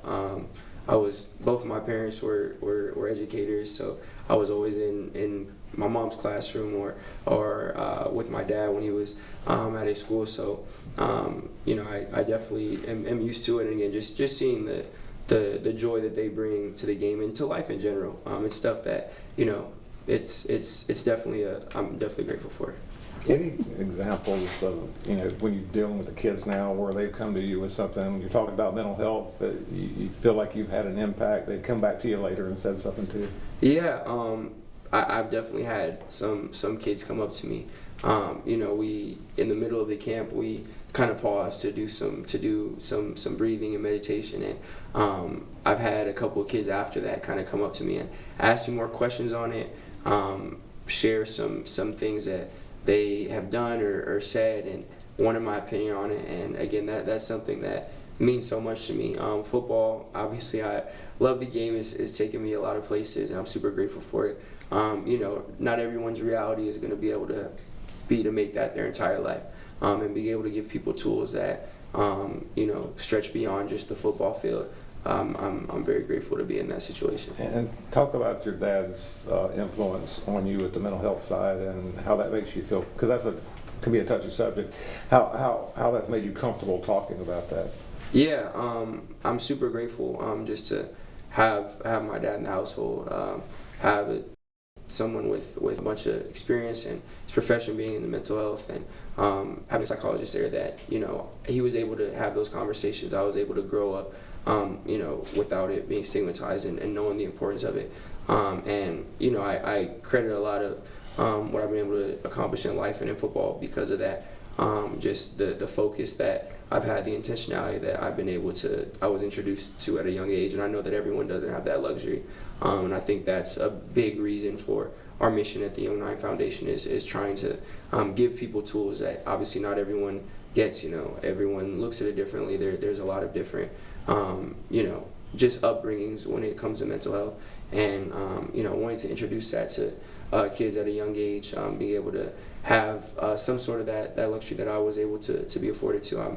I'm grateful for us and our mission to do that. What's your vision for growing the foundation and kind of what's next, event-wise or just awareness-wise? Yeah, this is going to be our last one for the year. Obviously going into camp and into season. Obviously the focus there when that's going on, but we just want to be able to be a resource and to help as many people as possible. We've being able to do things like that, just to have outreach out in the community. We still have people who will be working on the foundation during the year when I'll be more focused on football, of course. But we want to do anything we can to help and provide resources and access for people who are looking for it. Can you tell us about the partner CareSource? Yeah, we're super grateful for CareSource to come in and be a sponsor for us. Them again just wanted to also be a part of the community, to come out and help, and we wanted partners that that aligned, that had similar visions and views, and had the same priorities and agendas that we had. And CareSource has been amazing. Again, being able to do something like this, helping out the community, their belief in being aligned with what it is we stand for. We couldn't be more grateful for them. Bryce, you brought up kind of the monotony or the grind of training camp and OTAs and kind of getting stuck into that kind of mindset. How do events like this, or maybe even joint practices, just kind of shaking it up a little bit on the football field, kind of not necessarily reinvigorate you, but kind of add some excitement to what you're doing. Yeah, it's always nice. You know, we talk about consistency a lot in the building, and that's something that we want to embrace, not run from. There's going to be monotony. There's going to be, you know, that's just how seasons go in this profession is. So we want to make sure that we're comfortable, not getting complacent just because things are the same. But, you know, of course, it's human nature. It's always nice to have a switch up. Always nice to have something that's different. So when we do get a luxury like this, you know, joint practices, whatever it may be that makes it different, you know, it's always nice to lean into that and, you know, just give you some new perspective. What's the most interesting question you've had during all these camps from the kids? What is the most interesting question? There's been some, like, I appreciate the obviously you're kids, so like the unfiltered thoughts that come up is always it's always funny. I'm trying to think of a good one. One of the kids was like, "You play in the NFL?" I was like, "Yeah, I do." It's like, "So, do you have $1,000?" I was like, I do. He's like, and he went crazy. He was like, "Whoa!" And he ran around, which is I 100% remember he was, I don't know, I think he was 6 or 7 in the 6 or 7-year-old group, and I also remember being 6 or 7 and thinking $1,000 was the maximum amount of money anyone could have in life. So that was a funny one. Did you ask for a loan? Did you ask Kobe anything? I don't think I did ask Kobe anything. I was probably way too nervous for it, but I do remember him being around, interacting with the kids. He was shooting, which we would all be playing a game, and he just shoot around. Everyone stop the game and just watch him shoot. I was probably too nervous. I do have he did pictures with each team. So I remember that, and I remember literally dapping up every single kid, which we were all we're never washing our hand again when we were younger. But yeah, that was definitely a great memory. Have you reached out to other NFL players who have spoken on anxieties, like Brent Brooks or Lane Johnson or Max Crosby, and try to kind of heighten the messaging beyond the foundation at all? Yeah, I've been able to have some more organic conversations that haven't had as much to do with that, but that's definitely something that I would love to do. I have a ton of respect. There's a lot of guys in the league that are doing the same thing, that are advocating and out in their communities, giving back in regards to mental health. So I have a ton of respect for the work being done around the league. How have you felt your ties to the city grow into your third year? Yeah, I think just being here, I'm just able to obviously be more familiar, understand the city, and really it's felt more and more like home every year. I love the community, the area. There's, it's a great city, and I'm super grateful to be able to be here. Obviously there's a lot of places you can end up, a lot of places you get drafted in. This has been great for myself. Everyone's been great to me and my family. So just being able to spend more time here, being out here, trying to be more out in the community as much as I can. Every time I've been able to have the privilege to do that, it's been great. So it's just the time here has been amazing. All right, folks, so there you have it. Some discussions there from Panthers quarterback Bryce Young about the charitable work here in the Carolinas. We want to turn now here to some live images just coming into our newsroom, and this is something that we are seeing out of the Boston area right now. As we, of course, nationwide hear a lot of unrest and concern from some folks over the immigration and deportation efforts that the Trump administration is undertaking. So there are various rallies going on today throughout the United States, including in North Carolina, but also here in the Boston area. So let's listen in right now. You're watching Live Impact News on WCNC Plus. By the way, I'm Vanessa Rufus taking over for Jane Monreal. Puerta is an attack on every one of us who believes in justice, dignity, and democracy. David Huerta is a father. He's a fierce advocate for immigrant workers, and he's being held in federal detention for standing up and speaking out. for exercising his First Amendment rights. Let me say that again. David is in detention, not because he committed a crime, but because he dared to demand better for working people. That is not justice, that is political retaliation. We say loud and clear, David Huerta belongs with his family, not behind bars. These military-style ICE raids are nothing short of a coordinated campaign of fear and intimidation.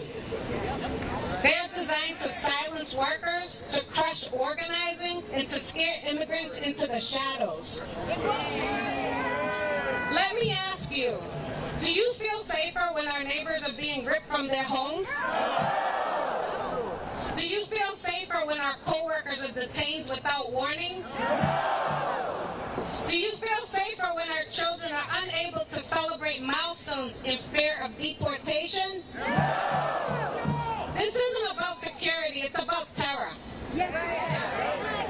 Terror that has also upended the lives of those in the humanitarian parole program and those with temporary protected status. This administration is so desperate to silence dissent that it is willing to trample on the Constitution and terrorize our communities in the process. Bueno, tengo noticias para ellos. No nos callaremos, no nos sentiremos intimidados y no retrocederemos. Well, I've got news for them. We will not be silent, we will not be intimidated, and we will not back down. Immigrants are part of the American story. They care for our elders, grow our food, work in our hospitals, and heal the sick. They are essential to our economy and our humanity. Tearing them away from their family hurts every one of us. Today we stand together and say, Free David Huerta! Free David Huerta! Stop the raids! Stop the raids! Protect immigrants! And defend democracy! Porque cuando uno de nosotros está atacado, todos debemos levantarnos. Porque la justicia no es justicia a menos que incluya a todas las personas.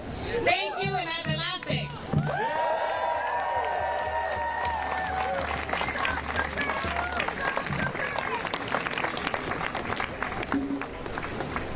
Thank you. Let's hear it for Carrie Medina again.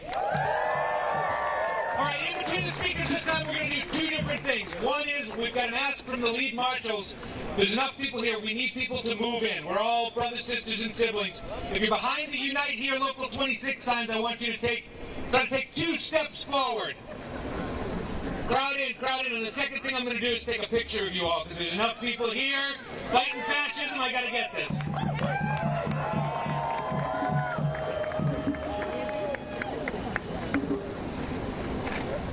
All right, up next, you're going to hear from another SEIU president, my good friend, president of SEIU Local 888, Tom McKeever. Thank you, President Cole.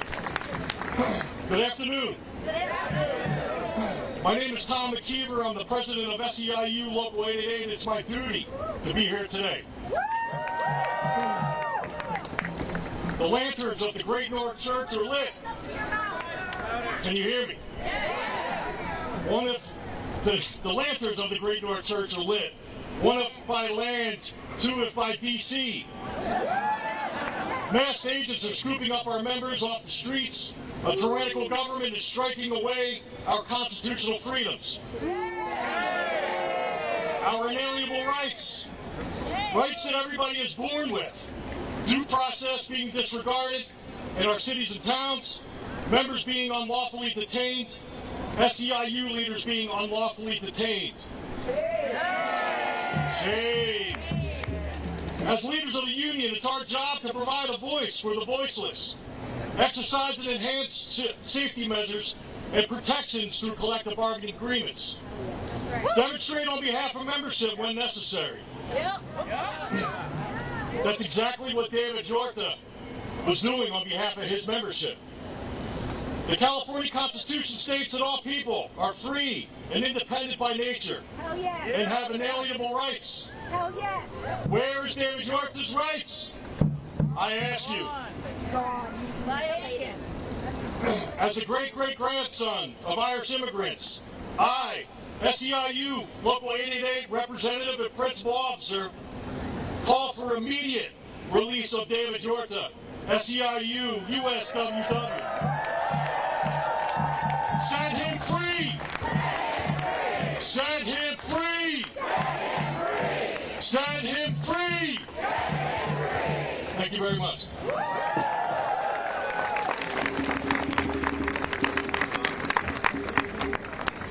Let's hear it again for President McKeever. Okay, we're going to switch it up from the SEIU leaders here, and we're going to hear next from a real champion in this fight, real champion for civil rights. I want to introduce right now the Executive Director of ACLU Massachusetts, Carol Rose. Thank you, everybody. Good afternoon. I am proud to be here together with our partners at SEIU and other champions of the labor and the civil rights movement together to defend our democracy. You know, exactly 1 month ago today, the ACLU and SEIU together celebrated the release of our client and union member, Tufts University student, Rumeysa Ozturk.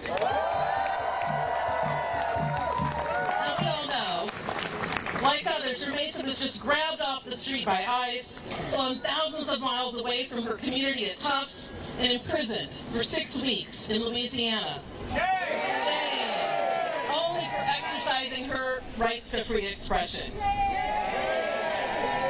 Now, when Rumeysa was imprisoned, the ACLU showed up, along with all of you, her friends, her colleagues, fellow workers, advocates, and together, we defended her constitutional rights. Together, we showed up for Rumeysa. We showed up for Rumeysa in Somerville. We showed up for Rumeysa in the detention centers in Louisiana. We showed up for Rumeysa at the courthouses in Boston and in Burlington, Vermont. And because together we showed up, Rumeysa was set free. And today we're showing up again, together for SEIU leader David Huerta. Set him free! Set him free! Set him free! Set him free! Set him free! Set him free! Set him free! You know, America was founded as a democracy. In a democracy, we don't have kings. In a democracy, law is king.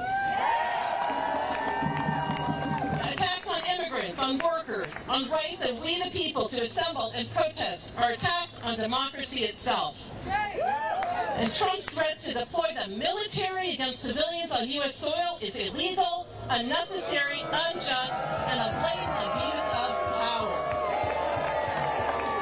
But this much we know. No matter how much firepower the federal government threatens to wield, it will never be a match for people power. Because democracy is not just a piece of paper. Democracy is workers and ordinary people showing up to protect one another and defend our collective rights, including the right to protest and dissent. Democracy is holding firm in the face of petty tyrants and bullies who abuse their power and take whatever they want until we fight back. Democracy is when we show up for one another, from Burlington to Boston, from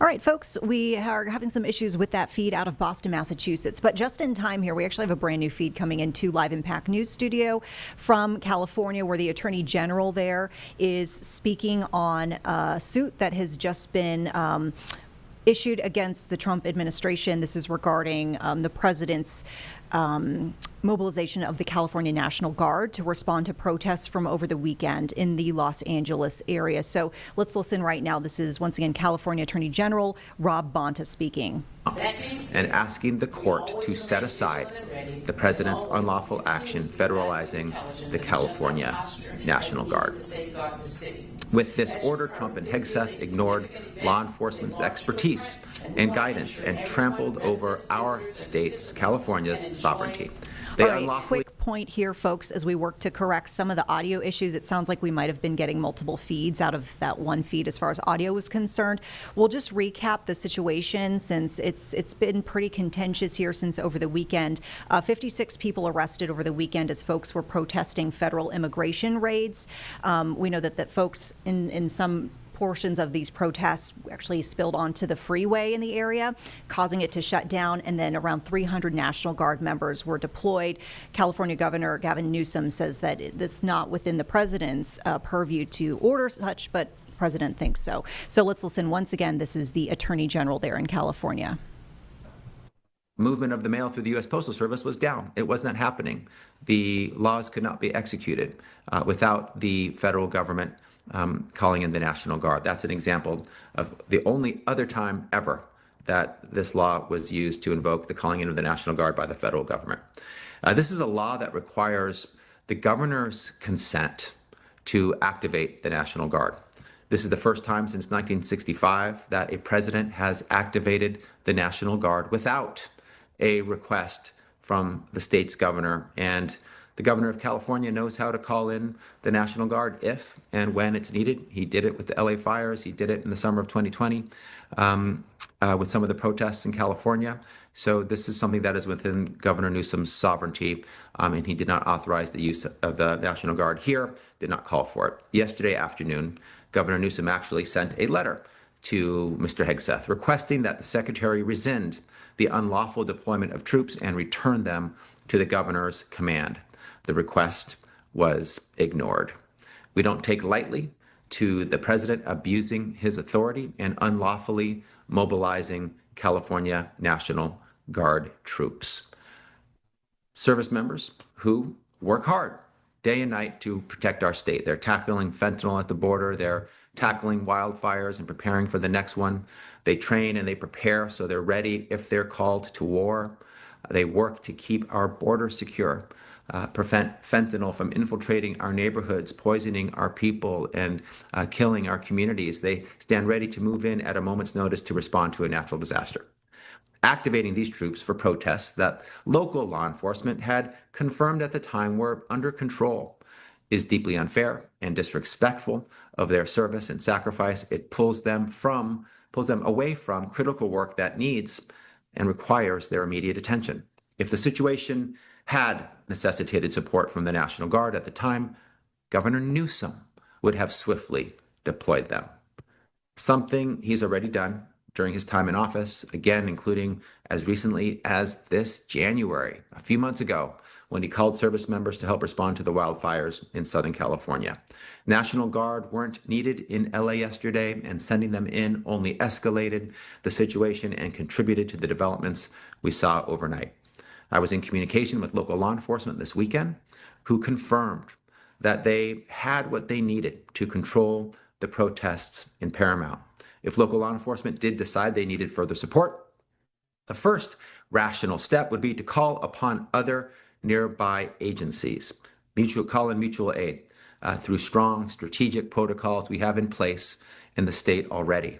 There's a progression here. If you can handle it internally, the situation on the ground, which over the weekend, the LA Sheriff's Department and LA Police Department were fully capable of, then you do so. If you need additional support, you call for mutual aid. They didn't need any mutual aid over the weekend. California local law enforcement, over the weekend before the president issued the order calling in the National Guard. California local law enforcement are prepared. They're trained and they're resourced to handle situations exactly like this. This is what they do. They know how to do their jobs and know when to call in backup, including the National Guard, if it is necessary, if it is fit to do so. That was not the case on Sunday. Trump and Hegseth jumped from 0 to 60, bypassing law enforcement expertise and evaluation. They threw caution to the wind and sidelined strategy in an unnecessary and inflammatory escalation that only further spurred unrest. Let's be very clear, there was no risk of rebellion, no threat of foreign invasion, no inability for the federal government to enforce federal laws. It's no accident that the right to peaceful protest is in the First Amendment. It's because peaceful protest is a cornerstone of any healthy democracy.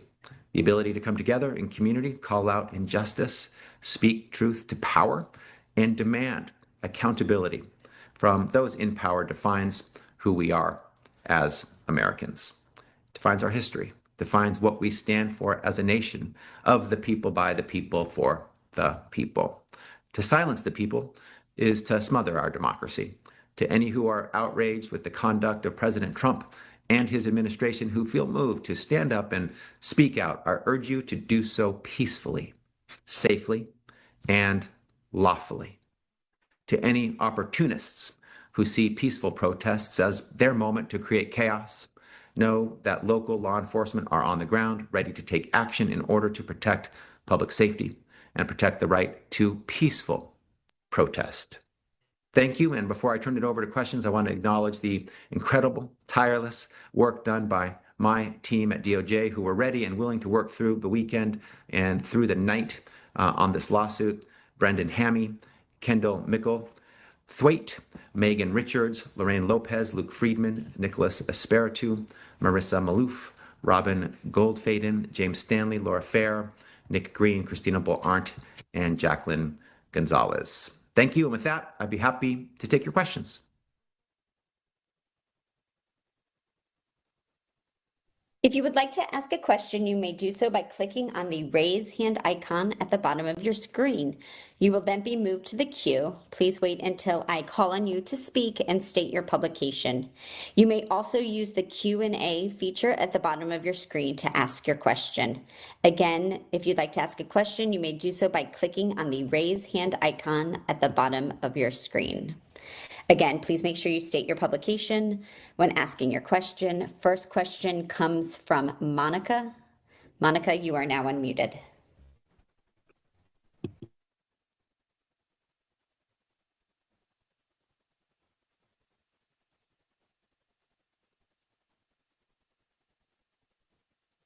Monica Madden.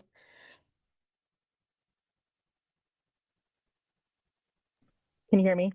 Yes. We can. Oh, Hi. Hi there. Hi there, Monica Madden with ABC 7 News in the Bay Area.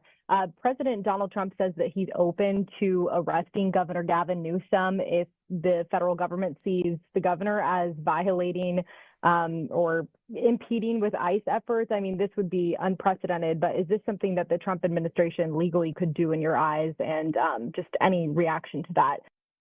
I don't see it. It's just more talk, more bluff, more bluster. More threats. It's what they do. It's what they say. Mr. Homan has said similar things. So has Mr. Trump. States have rights. States can do lawful things. The Trump administration has shown at least 23 times with respect to California the willingness to be a repeat offender and violate the Constitution, violate the law. It is the president and the Trump administration that is consistently and frequently, blatantly and brazenly violating the law, not Governor Newsom.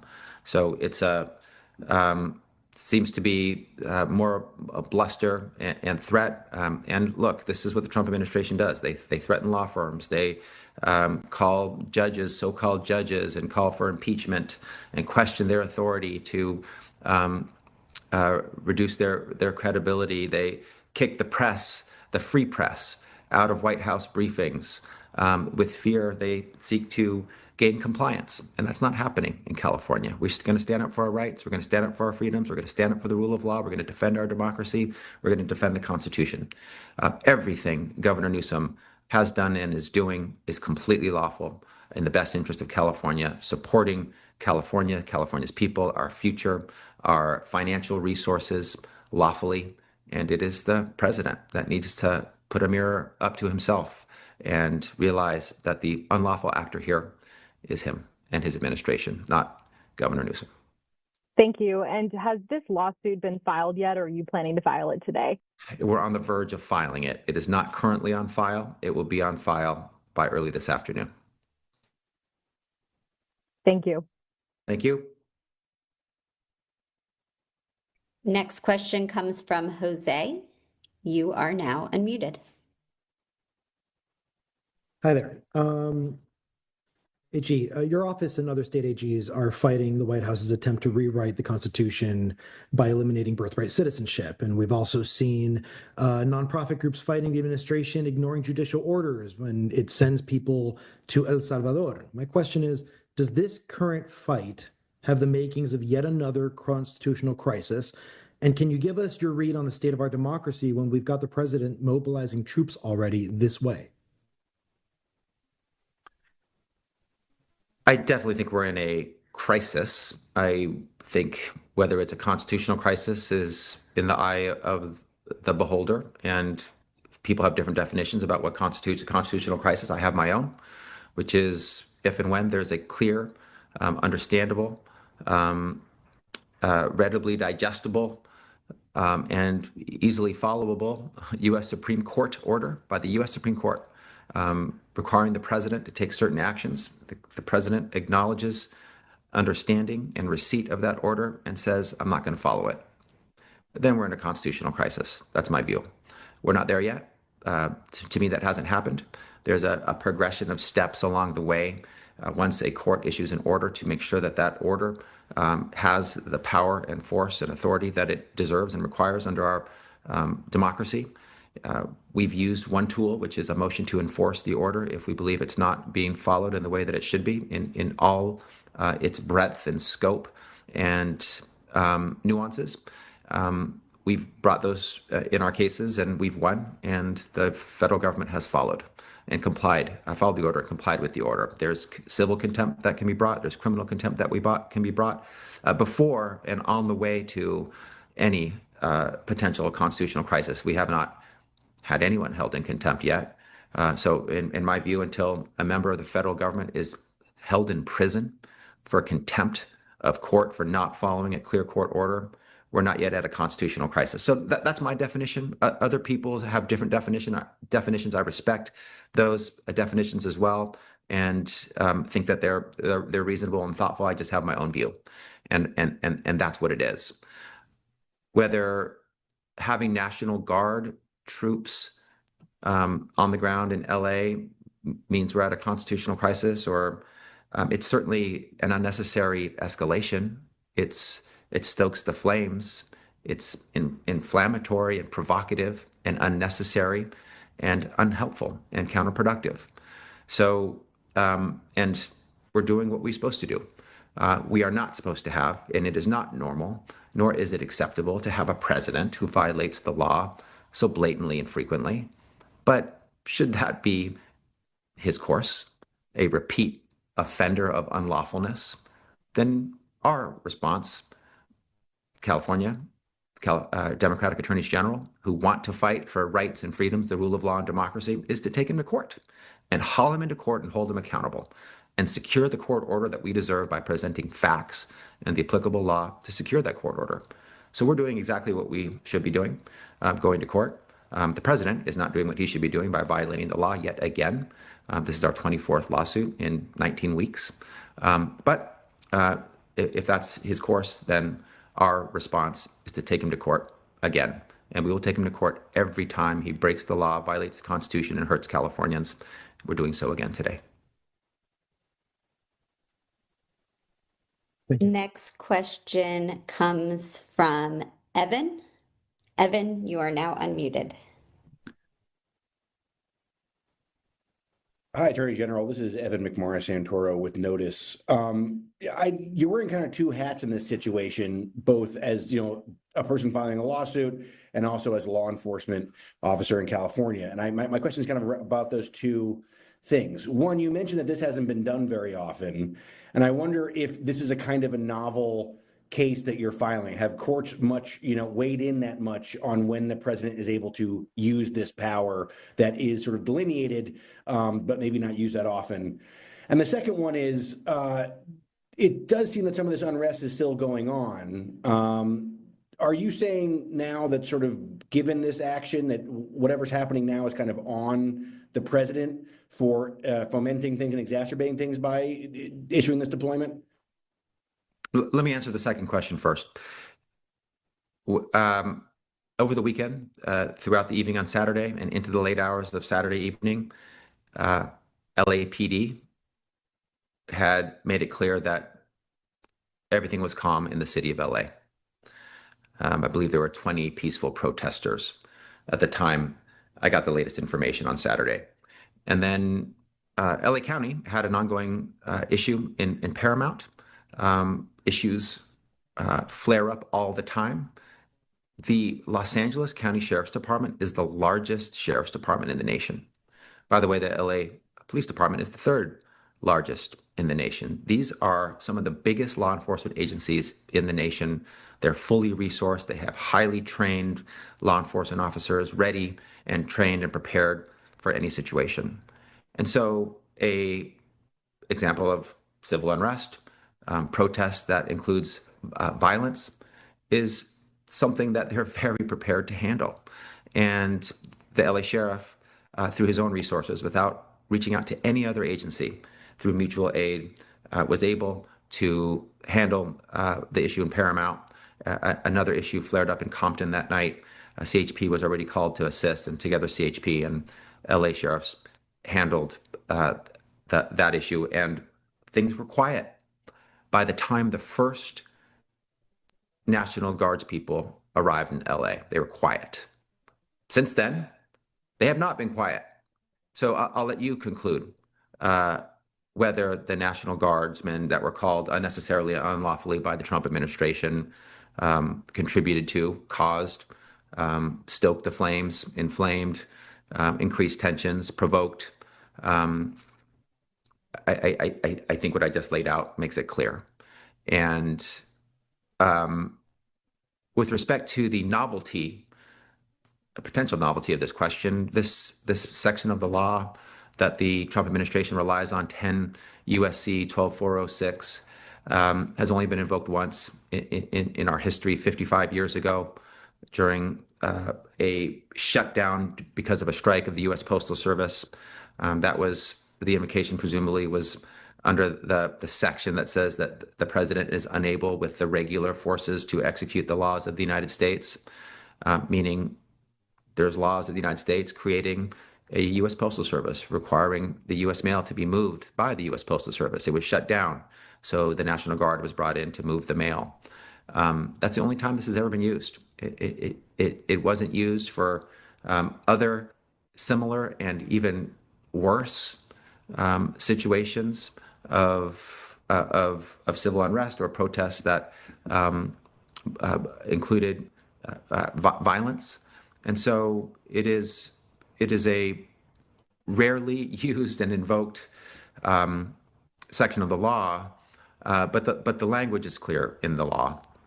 One, you need to have a rebellion. There's no rebellion. One, you need to have an invasion, or two, you need to have an invasion. There's no invasion. Three, you need to be unable with the regular forces to execute the laws of the United States. Local law enforcement had all issues under control with their existing resources. Didn't even have to go to mutual aid.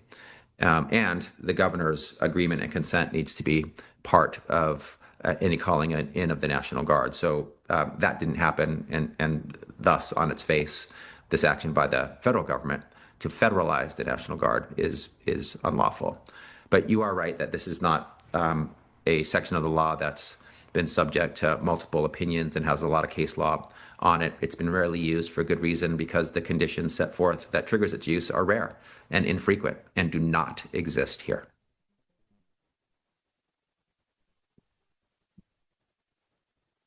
Thank you. Next question comes from Eitan.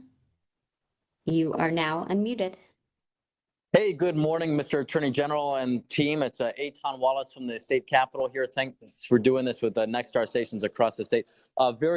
Two quick questions here, and you know how it is on TV. I only have so much time to really explain what the goal of the lawsuit is. So just to be crystal clear, the goal of the lawsuit is to rescind the president's order deploying the National Guard to Los Angeles. And the second question is, are you confident you can win? On the first question, you're correct. The goal of the lawsuit is to secure a declaration from the court that the Trump order federalizing the National Guard and deploying them to Los Angeles was unlawful. We will also seek injunctive relief and a restraining order at the appropriate time. And yes, we think we will win. We only bring cases we believe we will win based on the law and the facts and our analysis. We wouldn't bring this one if we weren't confident of our success. We think that the conditions required to invoke the statute here, 10 U.S.C. 12406, were absolutely not present, and thus the Trump administration's reliance on that section of the law was inappropriate.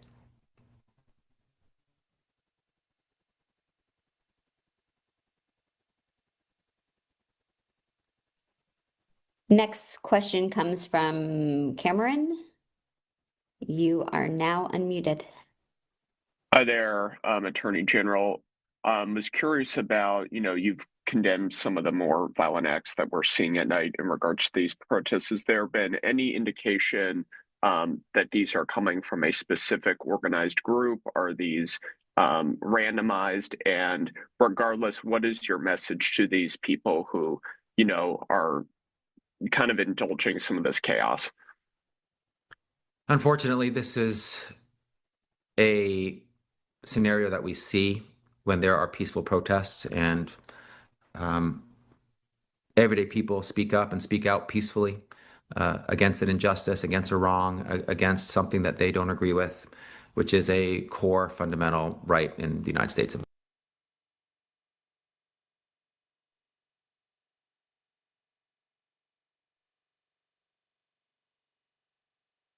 All right, sorry, folks. We got a little bit crossed here with some of our feeds coming into the Live Impact News studios. You saw briefly there, we quickly pivoted from this Attorney General press conference out of California announcing that suit against the Trump administration for mobilization of the California National Guard to respond to the protests over the weekend on federal immigration actions. And we saw briefly a look at the big board, Dow Jones. If you're curious, it looks like we're up about 100 points on the day.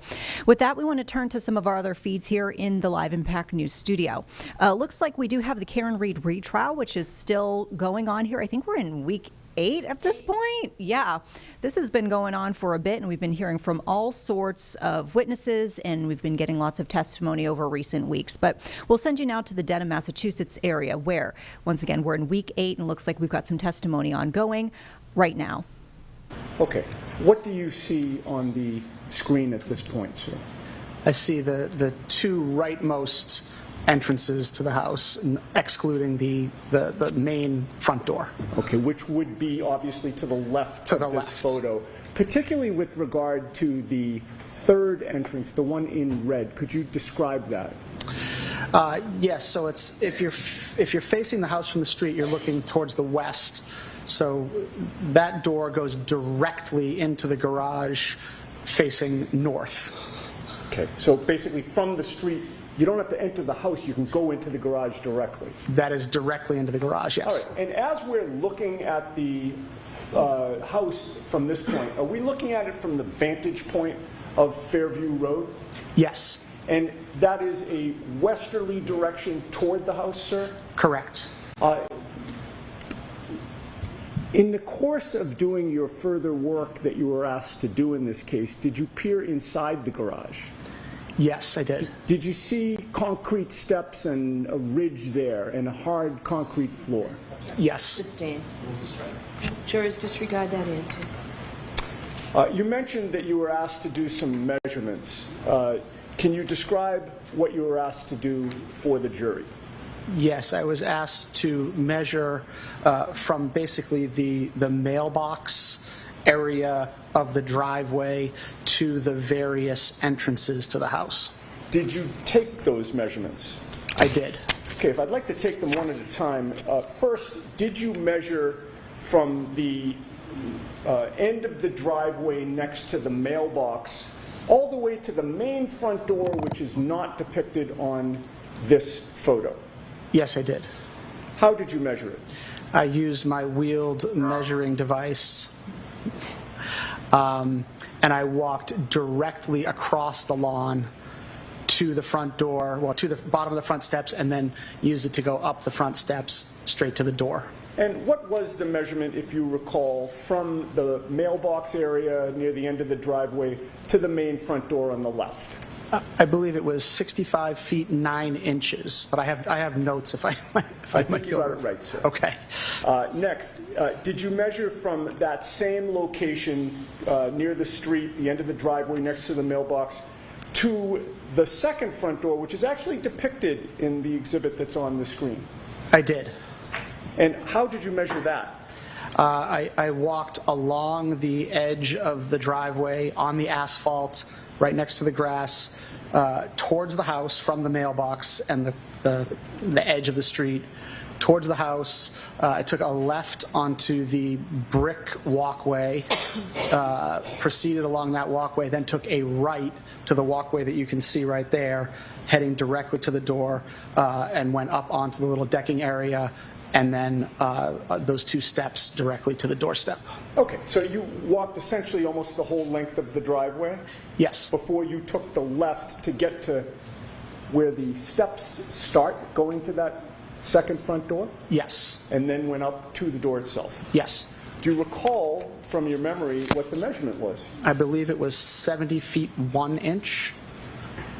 And finally, did you measure from that same end of the driveway near the street next to the mailbox to the red side door, which is the pedestrian entrance into the garage directly? I did. How did you measure that? I did the same thing, walking directly from where the mailbox and the driveway intersect, basically, all the way up the driveway, took the same left onto the red brick pathway, took a right to go towards the front door, went up the 1 step that you can see, and then instead of going up the next 2 steps, I took a right directly towards the garage entry door. So essentially the same path of travel, it's just you didn't go straight into the second front door, you took a right to go into the pedestrian entrance to the garage. Correct. And what was the measurement that you discovered having done that? I believe it was 78 feet 3 inches. Now, finally, could we have displayed the map of Cedar Crest, Fairview, and Chapman? There it is. Sir, are you able to see the street names from where you are? And if not, could we have the top street magnified so that the witness can see it? Okay, you see that? I do. What do you see that to be? Cedar Crest Road. Okay, if we could have the connecting street where the, that's it. Fairview Road. All right, and finally the one down the bottom? Chapman Street. Okay, if we can get the whole map back up. Having seen those 3 street names, does that orient you as to what this is a map of? It does. And what is that? This is the surrounding area of 34 Fairview Road, the neighborhood, basically. Okay, and it includes the 2 connecting streets on either end? Correct. Does the red dot symbolize anything for you? It looks to be where 34 Fairview Road is located. Okay, and if you're on Fairview Road to the right of that red dot as it exists on that exhibit, and you're looking toward Fairview Road, what direction would you be facing? I'd be facing west. If I may have a moment, please. Okay.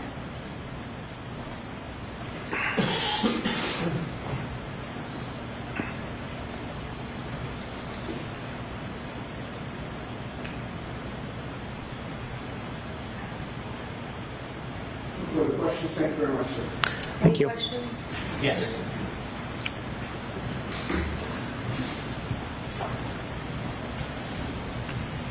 Good afternoon, sir. Good afternoon. You had a wheel to measure? Correct. And so there's like a tape measure, and when you wheel it out, it gives a straight line? No, it's two wheels with a meter in between them, and you roll it out in front of you. I see. Your first measurement was from the driveway to the front door? To the main front door to the far left, yes. And that was about 63 feet? I believe it was 65 feet, something like that. I have my notes. Yes. So suffice to say, if you were to leave the front door and come back to that spot, it would be an additional 65 feet back, right? Yes. The second measurement was from the bottom of the driveway to the middle door on the side? Yeah, the second front door, yes. Did you say that was about 70 feet? It was, yes. Okay. And again, if you were to come back, that would be an additional 70 feet? It would. And the last one was the door near the garage. Did you say that was further, around 80 feet? 78 feet, 3 inches, I believe. One way? Correct. And back is another 78 feet? Correct. When you measured these, was it from the asphalt of the driveway or to the left of the mailbox as you're looking at Fairview? It was to the right of the mailbox on the asphalt, as close to the mailbox as I could get. Did you happen to take any measurements from the flagpole to the front door as far as distance? I did. And what was that? I do not have the exact measurements. I'm not sure. Do you have it in a report that you could I look don't. at? I don't. No, not with me. How about the flagpole to the middle door on the side? Did you take any measurements of that? I'm not sure I took that one. How about the flagpole to the furthest away door, which would be the door next to the garage? Did you take any measurements of that? I think I took a direct measurement to that, yes. Right. And what was that number? I don't know. Do you have a report you can share with us? I don't. No, I'm sorry. It's okay. Did you ever measure, if you were at the flagpole area, how long it would take to walk up the street?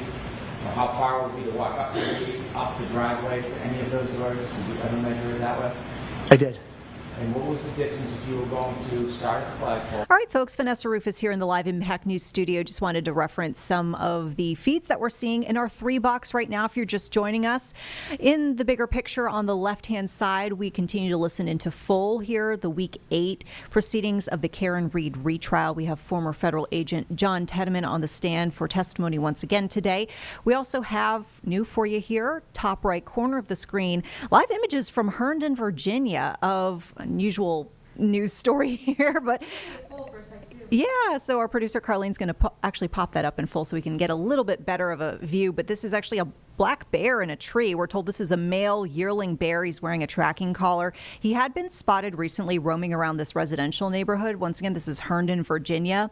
This is actually not too far from Dulles International Airport for some perspective. If you're somewhat familiar with that area, that is this neighborhood that we're looking at right now.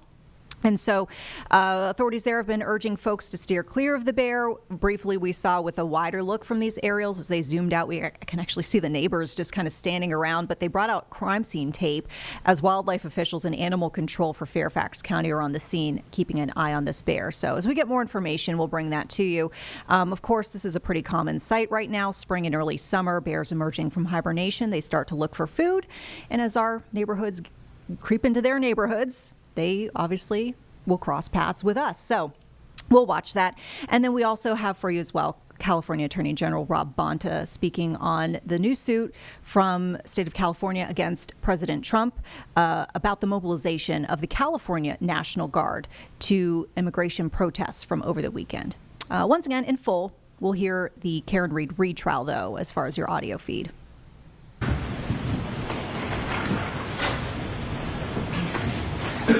May I inquire? Yes, and Dr. Laxada, please speak right into that microphone, okay? I will. Thank you. Doctor, can you please state your full name and spell your last name for the jurors? Yes, Dr. Elizabeth Laposata, spelled L-A-P-O-S-A-T-A. I'm going to ask you, you have a softer voice. I'm going to ask you to pull that microphone right under your chin, if you don't mind. It's pretty adjustable. Okay. Better? That's better. Okay. That's better. Doctor, can you tell the jurors what you do for a living? Yes, I'm a medical doctor and I subspecialize in forensic pathology. Can you summarize your professional background? Certainly, I graduated in 1975 from Bucknell University with a Bachelor of Science in Biology. I went to University of Maryland School of Medicine, where I graduated in 1979 with a Doctor of Medicine. I did my internship and fellowship at Johns Hopkins Hospital in Baltimore, where I studied anatomic pathology, which is the study of the diseases of the body. I then did my subspecialty fellowship in St. Louis in forensic pathology, which is understanding causes of death and injuries to the body. Currently, are you a professor? Yes, I am. And tell us where you work.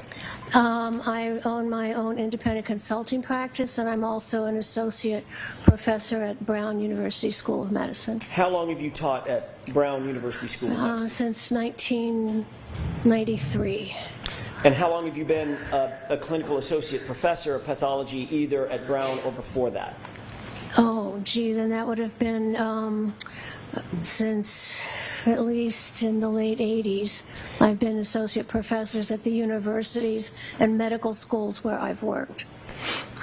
Doctor, at Brown University, let's take Brown first. What do you teach there? I teach the second-year medical students. I teach a lecture in diseases of the heart, cardiomyopathy and myocarditis, and I've been asked to give some specialized lectures in toxicology and forensic pathology. Are you responsible for training medical students in the field of forensic pathology? When I was a chief medical examiner, yes, we would have medical students, residents, come into the office so they could learn about what we do to understand cause and circumstances of death. When you first got your medical license, did you then undertake to get certain board certifications and the like? Yes. Before we get to those board certifications, did you begin a practice in forensic pathology in some way or another? After I finished my medical school and my anatomic fellowships and forensic pathology fellowships, then I was working in medical examiners' offices where I was examining deceased people to understand how they died. When you get a medical license, is that statewide or is it nationwide? Usually you get a state medical license. And do you hold a state medical license? Yes. How many? I have an active medical license in Rhode Island where I have my consulting practice, and I have inactive license in Maryland, Delaware, Missouri, Pennsylvania. And you've been previously, at least before they were inactive, you were licensed in all 5 of those states? Yes. You already told us a little bit about your college. Did you mention Bucknell University? Your Bachelor of Science degree? I think I did, yes. At some point after you graduated from the University of Maryland School of Medicine, did you complete any residencies? Yes, I did my residency at, excuse me, at Johns Hopkins Hospital in Baltimore in anatomic pathology. Forensic pathology is different from anatomic pathology, correct? Yes. Did you also do any kind of residency in forensic pathology? Yes, I did a fellowship in forensic pathology. And what is the difference between, if you can sort of take us through that little by little, what is the difference between forensic pathology and anatomic pathology? Anatomic pathology is sort of hospital-based pathology where we understand diseases of patients who are in the hospital and try to make clinical pathologic correlations to see if their diagnoses were correct, if the laboratory tests actually showed what we find at post-mortem.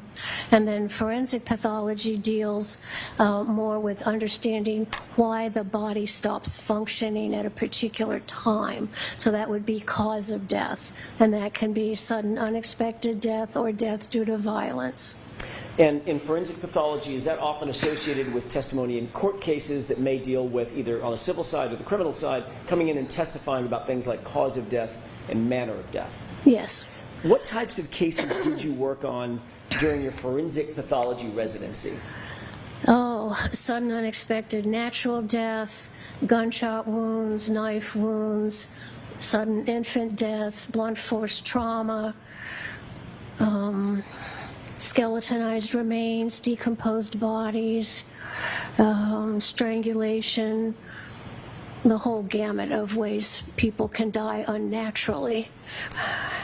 And what type, to contrast that, what types of cases did you work on during your anatomic pathology residency? There you're mainly dealing with natural diseases and understanding heart disease or how somebody gets pneumonia, or looking at the brain to understand if a stroke was present. And that's especially important then to the doctors who are treating those patients, that they can see if the diagnostic tests were appropriate or if their treatments worked. You mentioned fellowship a little earlier in your testimony. What is a fellowship? A fellowship is after you've done your internship and residency. A fellowship is more specialized training, and I did that in forensic pathology. So that answers my next question. You do hold a postgraduate fellowship position, correct? Yes, yes. And that was in forensic pathology specifically? I'm board certified in anatomic and forensic pathology. Were you a research associate at the Department of Pathology and Laboratory Medicine at University of Pennsylvania School of Law? Yes. I'm sorry, School of Medicine? Yes. Old habits. Yeah. What about postdoctoral research fellow? Were you ever a postdoctoral research fellow? Yes, I did. I had an NIH research grant where I worked on, excuse me, how alcohol affects the heart. Where was that? That was at St. Louis University, and then when I was on staff at the hospital of the University of Pennsylvania in Philadelphia. What about postdoctoral research fellow at dealing with the cardiovascular division of the Department of Medicine at Washington University? Yes, that's where I did research on how alcohol affects the heart. Was all this in furtherance of your broad education and training as a pathologist? Yes.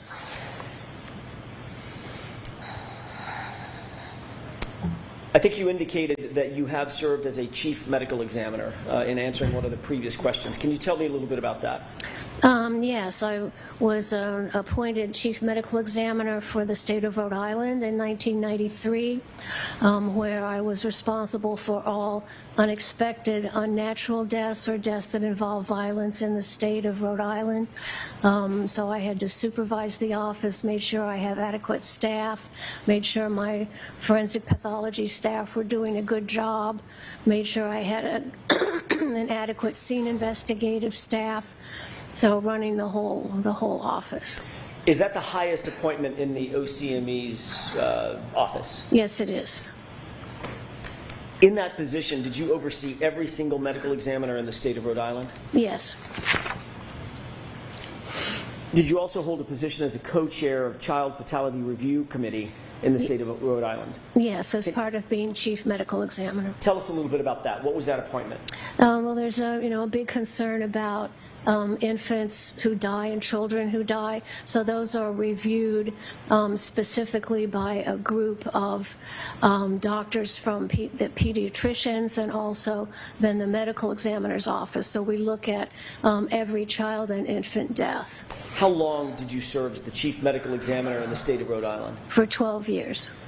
Starting when and ending when?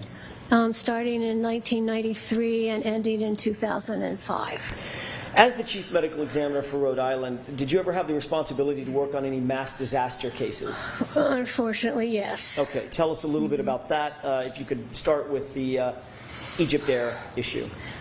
Yes. Excuse me, I'm so sorry. In 1999, the Egypt Air 990 took off from New York airport, and it crashed off the coast of Massachusetts, and 2,065 passengers died. And because of the force of the airplane going into the water, all the bodies were fragmented. So all the fragments were brought to my medical examiner's office.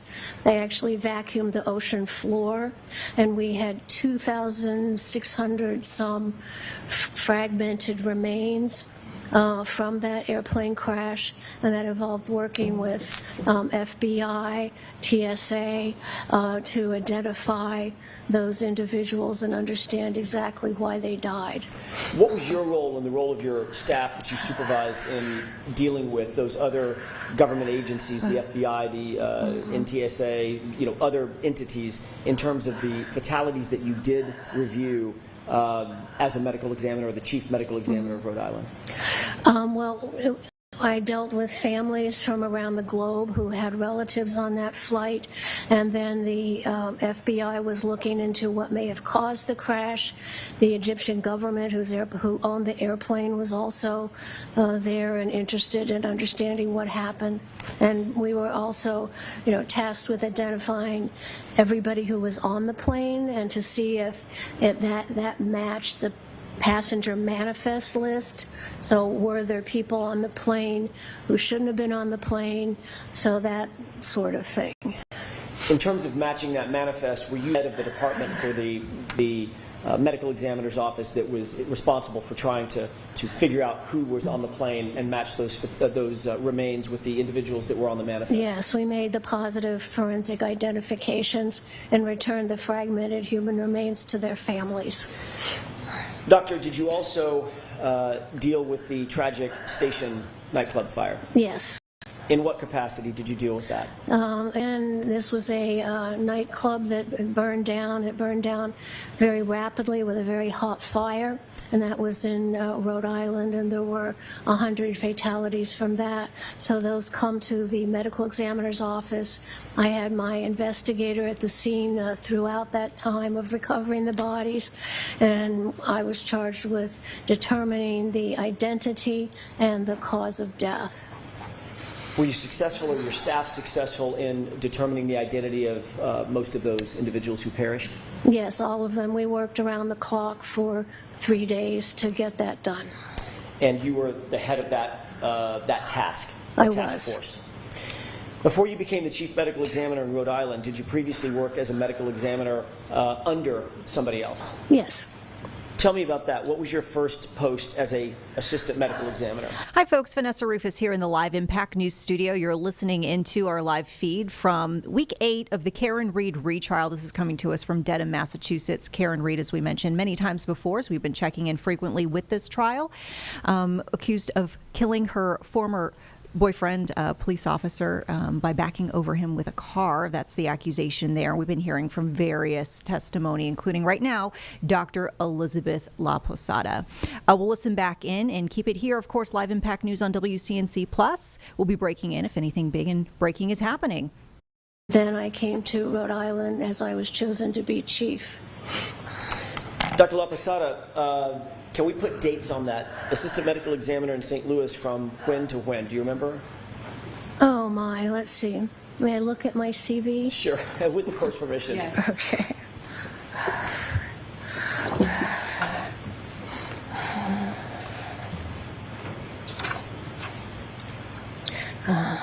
Yes, from 1983 to 85, I was an assistant medical examiner for the city of St. Louis.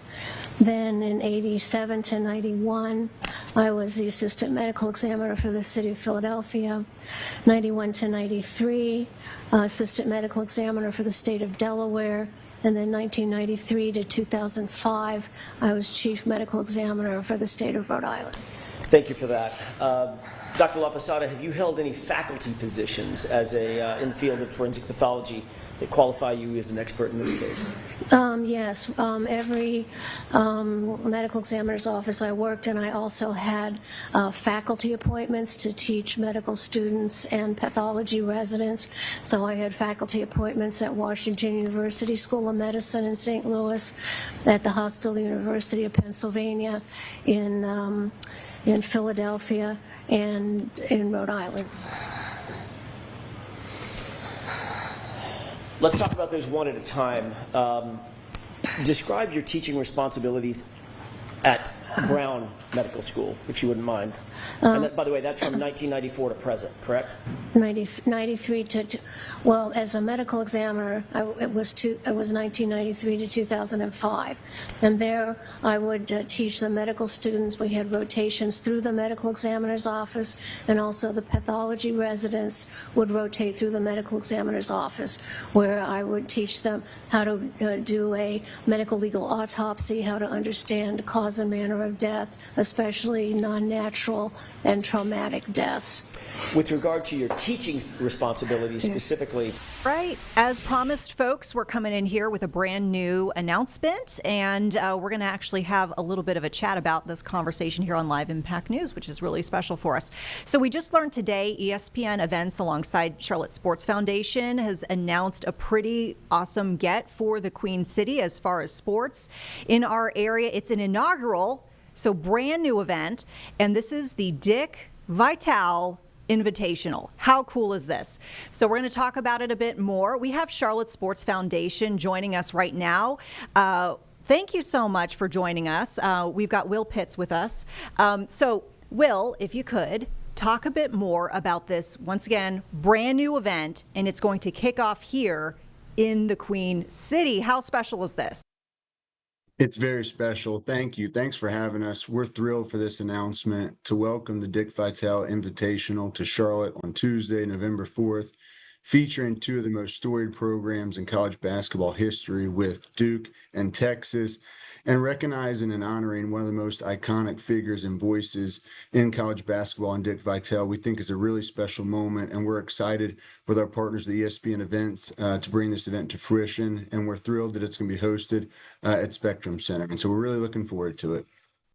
Yeah, this is a pretty cool matchup. The fact that it's going to kick off here in Charlotte is really awesome. Having lived in Florida for a long time, very familiar with Dickie V and his ties to the Florida area. So I think it's kind of cool that we've pulled him here to kick off this event here in the Charlotte area. And so this is scheduled for November 4th. Can you talk about just the idea behind this, how this came about, how this came to fruition, and also, you know, the goal of Charlotte Sports Foundation, because we know this is not the only event that y'all have really pushed for to have here in Charlotte and bring to our area, and also for folks to come to our area and enjoy. Absolutely. So as you referenced, first and foremost, our mission as an organization is simple. It's drive economic impact and enhance the quality of life for those who live in this region through high-profile sports events. And we think the Dick Vitale Invitational is a perfect way to do that. So we're excited. We think it complements the current sports landscape and ecosystem extraordinarily well. As you mentioned, we've got a great history of high-profile college basketball in Charlotte at Spectrum Center, and we think this is another great iteration. So in conversations with the Spectrum Center and ESPN Events and the teams, we were excited to bring this to fruition. As you also mentioned, we're excited coming off the heels of a really special weekend in Charlotte with 2 nights of Banana Ball. The 148,000 fans at Bank of America Stadium. That was really exciting to see that come to fruition. And so for the Charlotte Sports Foundation, it's continuing to drive unique, special sporting events with our partners to this community. And we're excited about this one in early November. I think that having these events, you know, just as someone who observes them, not only for the folks who are coming here to the city and, you know, partaking as fans, you know, going to the events in general, I feel like when you start to see some of the coverage too on TV, for example, you mentioned Banana Ball. I watched some of that from Saturday, in fact, and then they start to show the skyline of Charlotte, and you're like, that's our city. Look, there's Bank of America Stadium, and I feel like it really puts the city on a really big map. And I think that it kind of just really just adds to the allure of folks wanting to come here and really just see what Charlotte is all about. I guess as far as the event itself, I mean, what can you tell us? I mean, great matchup as you alluded to, Texas and Duke. What can folks expect from the event altogether? And I know this is the first year, so it's hard to say. Are there any thoughts of how this might develop as the years go on? Yeah, first and foremost, we believe and hope this is going to be a legacy event for Charlotte. And we're excited about starting really the college basketball season with this matchup and with this inaugural event, and partnering with obviously ESPN to bring it to fruition is exciting. So we think it's going to be an incredibly vibrant, exciting, energetic Spectrum Center cheering on the best in college basketball. And we think it'll be a great way to start what we hope is a long-term event for Charlotte. And we think it's an event that has opportunity to grow and evolve. And we're going to continue to work with our partners on what that looks like on an annual basis. But we think this will also really complement our Ally Tip-Off basketball event that's later that week. So from November 4th to the Ally Tip-Off on November 9th, we think we've got a great week of celebrating college basketball in Charlotte, and we're excited about that. Yeah, I mean, I certainly know folks who come into town here. You know, I have relatives who actually come in from Florida and they want to come and watch basketball here in Charlotte whenever we have these big events. You know, as far as, you know, the events that you're hoping to eventually land, is there anything kind of big in the hopper that you want to tease us with a bit, or maybe just a goal that y'all don't know that will quite work out, but it's just something that is on the table and something that you're really pushing for that you can kind of give us a hint about? Well, as you mentioned, we're so well positioned in Charlotte because we've got first-class venues. We have unique walkability in Center City, one of the busiest airports in the country that's only 10 minutes down the road, that we think Charlotte offers a really compelling, unique experience for fans, athletes, and others to come experience our city in a sporting event in a unique way. So for that reason, we think Charlotte's got a lot of unique opportunities that it can continue to pursue to complement what already exist in the community. So we've said before, we think an NFL draft would be great in Charlotte, and so we hope that one day it'll call Charlotte home, and we think an Army-Navy game would also be fantastic. So those are a couple events that we'll be continuing conversations with our partners around to explore those, and we think we've got some other opportunities in the future that we'll hopefully be announcing in just a couple months we're excited about, and we'll see where it goes from there, but we're really excited about the opportunity and momentum that Charlotte has in the sports landscape. You have us salivating here in the Live Impact News studio thinking about some of those prospects that you just mentioned. That's pretty neat. Okay, so I noticed when you go to the website, dickvitalinvitational.com, where you go to Charlotte Sports Foundation's website to see the landing page for the Dickie V Invitational, there's a place to sign up to kind of get notice of tickets when they come on the market. Do you have an estimate of when folks might start to get some of those emails if they sign up for sales or pre-sales, if there are any like that? Yeah, absolutely. It's a great point. We encourage folks to sign up for the pre-sale as early as possible. And over the next couple months, we anticipate to have more definition in terms of timing around when we're going to go on sale and pre-sales, et cetera. So I would expect later this summer, early fall for all that to come out to fruition, but encourage fans to go to the website to sign up now to ensure they get early access to the tickets, because we expect a big crowd for the Dick Vitale Invitational.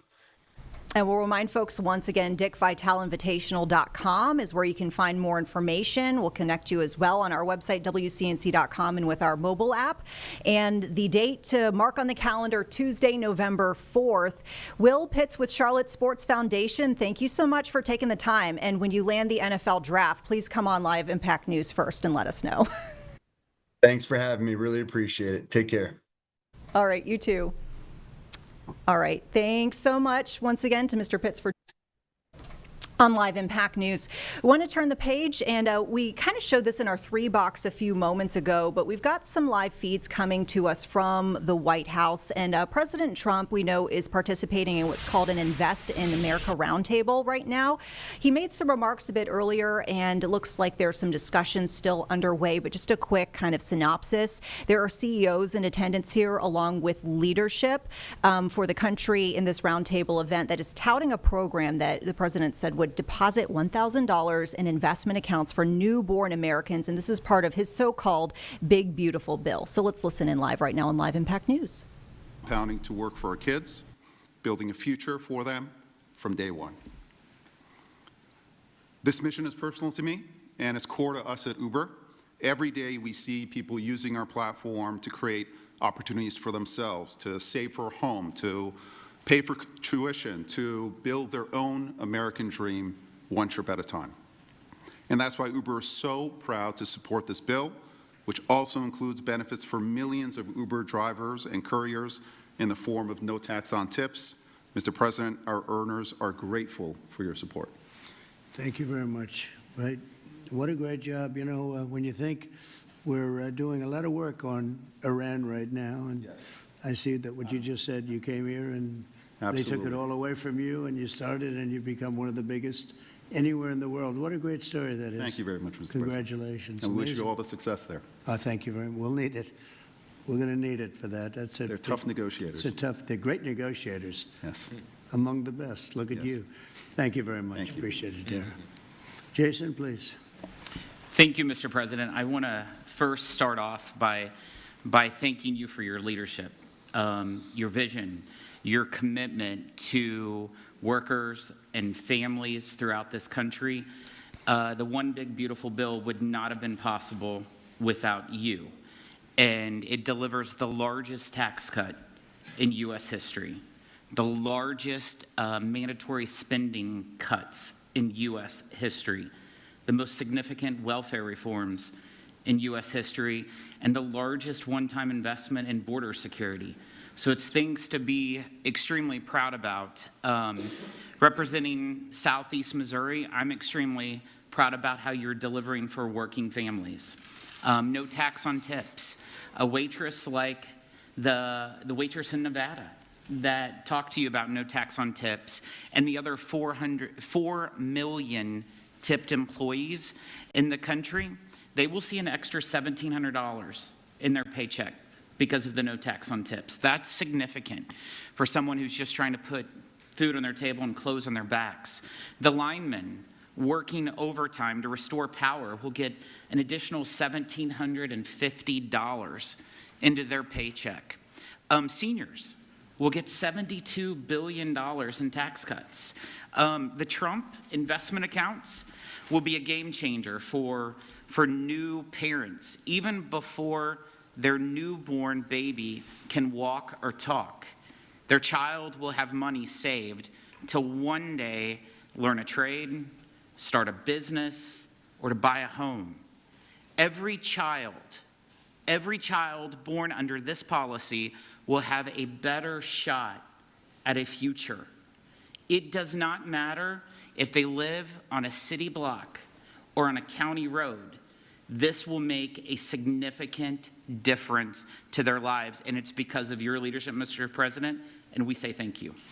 Well, thank you very much, Jason, and hopefully we're going to get that through, and we have a certain date picked out, an ideal date. If it takes a little longer, that's okay, but ideally we're going to get by a certain date.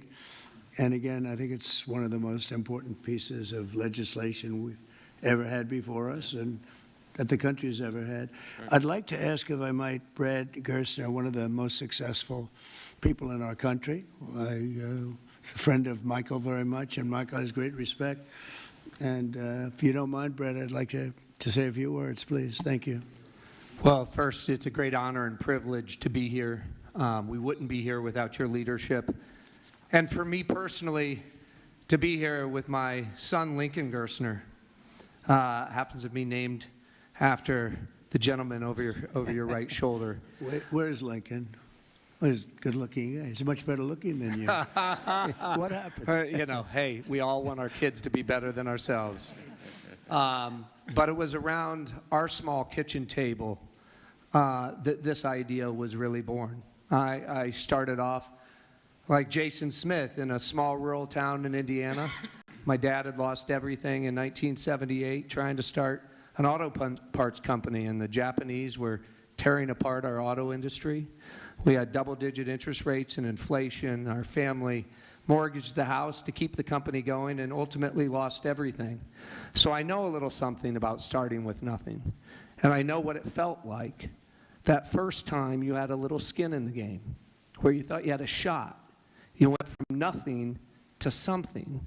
And like Dara said, that is the great story of America.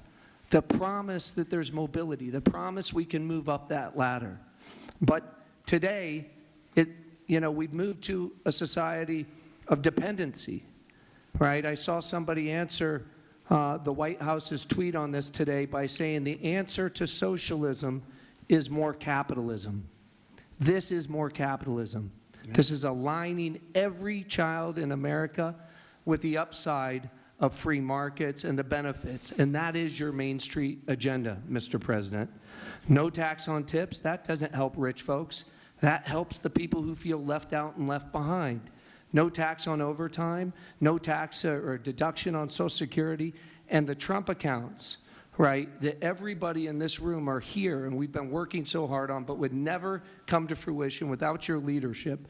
Those will change the game forever. It makes America an ownership society again, because all of those kids will see the benefit of compounding. If you start with $1,000 and $750 is added a year by parents, grandparents, by churches, by the companies in this room who will all contribute to the accounts of the kids of their employees, by the great philanthropists in America. I think $750 is a low estimate per year. I think so. But if you do that, by age 18, Mr. President, these are worth $50,000. By age 30, they're worth $175,000. All right, folks watching here on Live Impact News, Vanessa Rufus here. Just wanted to let you know what our 3-box pertains to, because we've got a couple new shots for you. Of course, we continue to listen into full to this Investment into America roundtable that's underway at the White House. You could see President Trump is there along with other of our nation's leaders. We've got now for you new live images from Los Angeles, and there's a student walkout which is underway. And this is in relation to some of the immigration dialogues that have been happening since over the weekend with some of the protests. The fact that we mentioned here just a bit earlier on Live Impact News that California Governor Gavin Newsom has filed a suit against President Trump for deploying the National Guard, the California National Guard, we should mention, to respond to some of these protests from over the weekend. So now we see even more protests in regards to that, including this student walkout. A little bit of context for, the relevance for this particular area. These are high school students. We're actually told there were 100 graduation ceremonies planned for today for Los Angeles Unified School District, but we're told that around 25% of them, of the 30,000 immigration students within this district, are actually undocumented. So there are folks who are, as you can see, using their voices and their actions to speak out over some of the immigration measures enacted and executed by the Trump administration in recent weeks. So we are seeing folks starting to convene for that event. This is, we're told, near the Federal Building in the downtown area and around 1 o'clock local time. So probably about 40 minutes from now, there could be perhaps some speakers. So we'll keep an eye on that feed. And then we'll just mention, I know we're a little bit a ways from the window of concern, but we've got live looks for you in the bottom right corner of your screen of uptown Charlotte, which looks pretty good right now, but we are expecting some storms later this evening. I believe 6 o'clock was kind of the window that we were watching, and beyond into the overnight area hours, so potentially some weather alert conditions for you in the next couple of hours. But all of that will be explained as we get closer to the weather event itself. And with that, we send you back in full to President Trump hearing some of these roundtable discussions on investment. Very smooth. We'll see what happens. We're trying to do something with a country we just spoke about, Iran. I think you should negotiate this. You might be better. I think I'm going to send you today. What a good idea. This could have been the idea of the day. We'll have Derek get up and negotiate. They are good negotiators, but they're tough. Sometimes they can be too tough. That's the problem. So we're trying to make a deal so that there's no destruction and death. And we've told them that, and I've told them that, and I hope that's the way it works out, but it might not work out that way. We'll soon find out. Yeah, please. Mr. President, in 2020, when you were talking about unrest in American cities, you said, quote, "We have to go by the laws. We can't call in the National Guard unless we're requested by a governor." What changed now? Why is this situation different to not consult with Governor Newsom about this? Well, the biggest change from that statement is we have an incompetent governor. So I talked about governors, but I didn't talk about he's an incompetent governor. Look at the job he's doing in California. He's destroying one of our great states. And if I didn't get involved, if we didn't bring the Guard in, and we would bring more in if we needed it, because we have to make sure there's going to be law and order. You had a disaster happening. And they now admit it was a disaster. I watched the chief yesterday, who's a good man, by the way, and he said, "Well, we're lucky we did this because they were overwhelmed. You saw what was happening." So we did the right thing. Everybody agrees to that. But you have a governor who let the city burn down, didn't want water to be sent down to him. I sent billions of gallons of water. I wanted to do it in the first term. He wouldn't do it over. I don't know, they have environmental reasons, but there were no environmental reasons. I think it's just a political philosophy. But it's lucky for the people in Los Angeles and in California that we did what we did. We got it just in time. It's still simmering a little bit, but not very much. Yep, and what crime has he committed that would warrant his arrest? What crime has Governor Newsom committed? A crime has he committed? Yeah, to warrant his arrest, as you I had think his suggested earlier. primary crime is running for governor because he's done such a bad job. What he's done to that state is like what Biden did to this country. And that's pretty bad. It's the wrong philosophy. Thousands, hundreds of thousands of illegal immigrants, many of them prisoners. They're taking up your health care. They're taking up your space in schools. They're taking up your hospital. And in many cases, they're criminals. And we have to do something about it. And we're doing something about it. I want to thank the incredible patriots of ICE and Tom Homan, who has been incredible, and Kristi Noem, likewise incredible. The job they're doing. And it's like an unforced error. There was no reason for this. 21 million people were allowed into our country, and many of those people were criminals. And it's a shame. It's a shame. But we're getting them out. And I will say, I think it's a 95-5 issue, just like so many other issues, 95-5. And the Democrats lost an election in a landslide because they're on the wrong side of the issues. I mean, it's not even conceivable that somebody would do the kind of things that he did. And then, you know, you talk about projects. They want to build a train going from San Francisco to L.A., and it's costing hundreds of billions of dollars more than they thought it was going to cost. It's not even believable. To Brad and to people sitting here, would you believe that a train, it was going to cost X dollars, and it might be 100 times X? Would have paid for this for about 50 million American children. You're right. 50 million American children instead of a 3-mile train track that never got built. We could have put Lincoln in charge with no experience. He would have done a good job. I guarantee you that. All right, please, Peter. Mr. President, have you gotten an update from your negotiating? Thank you, President Trump. So it seems like Gavin Newsom likes the attention that he's getting right now from you. Yeah, it seems like he does. If you look at recent history, somebody who was running for president, you, who got arrested and had a mugshot, you could make the argument that politically that wound up helping you. Are you worried at all at this moment that talking about him getting arrested could be helpful to his political prospects? Because a lot of people think he wants to be sitting right where you are. Well, in my case, it was a witch hunt, and everybody knew it. And I was able to explain that during the process. Otherwise, I wouldn't be sitting here right now. And it was a total witch hunt. It's proven to be a witch hunt, and you see what's happened. In his case, it really is very obvious. You look at what's happened between the fires, I could name 10 things right now. We talk about the trains. We talk about all of the costs in California. You talk about all of the people that are flowing and destroying life for everyone else. So no, I don't think it's going to help him. I think it's actually very bad for him. And right around the time that we were walking in here, the governor and the state attorney general said that they're going to sue you for sending the National Guard in. They're saying there's no invasion, there's no rebellion. The president is trying to manufacture chaos and crisis on the ground for his own political ends. Federalizing the California National Guard is an abuse of the president's authority under law. Well, you know, it's interesting. You watched the same clips as I did. Cars burning all over the place, people rioting. And by the way, we stopped it. We were able to make it much better, but it still looked pretty bad. And in watching clips last night, people were saying this is really a big problem.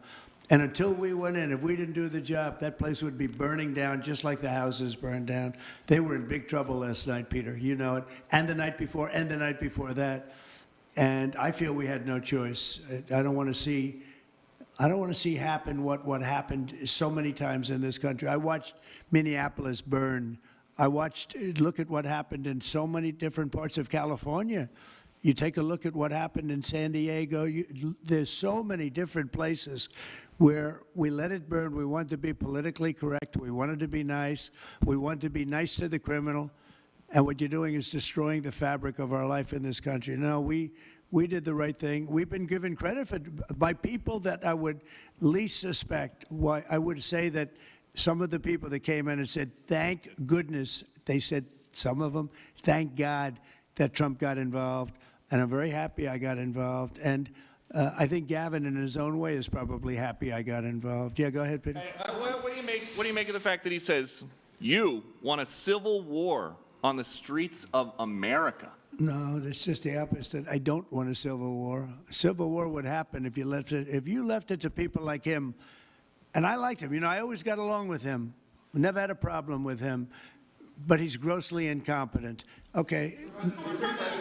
Negotiators in London. Have you gotten an update from your team in London negotiating? What? Louder. Have you gotten an update from your team in London negotiating the China trade talks?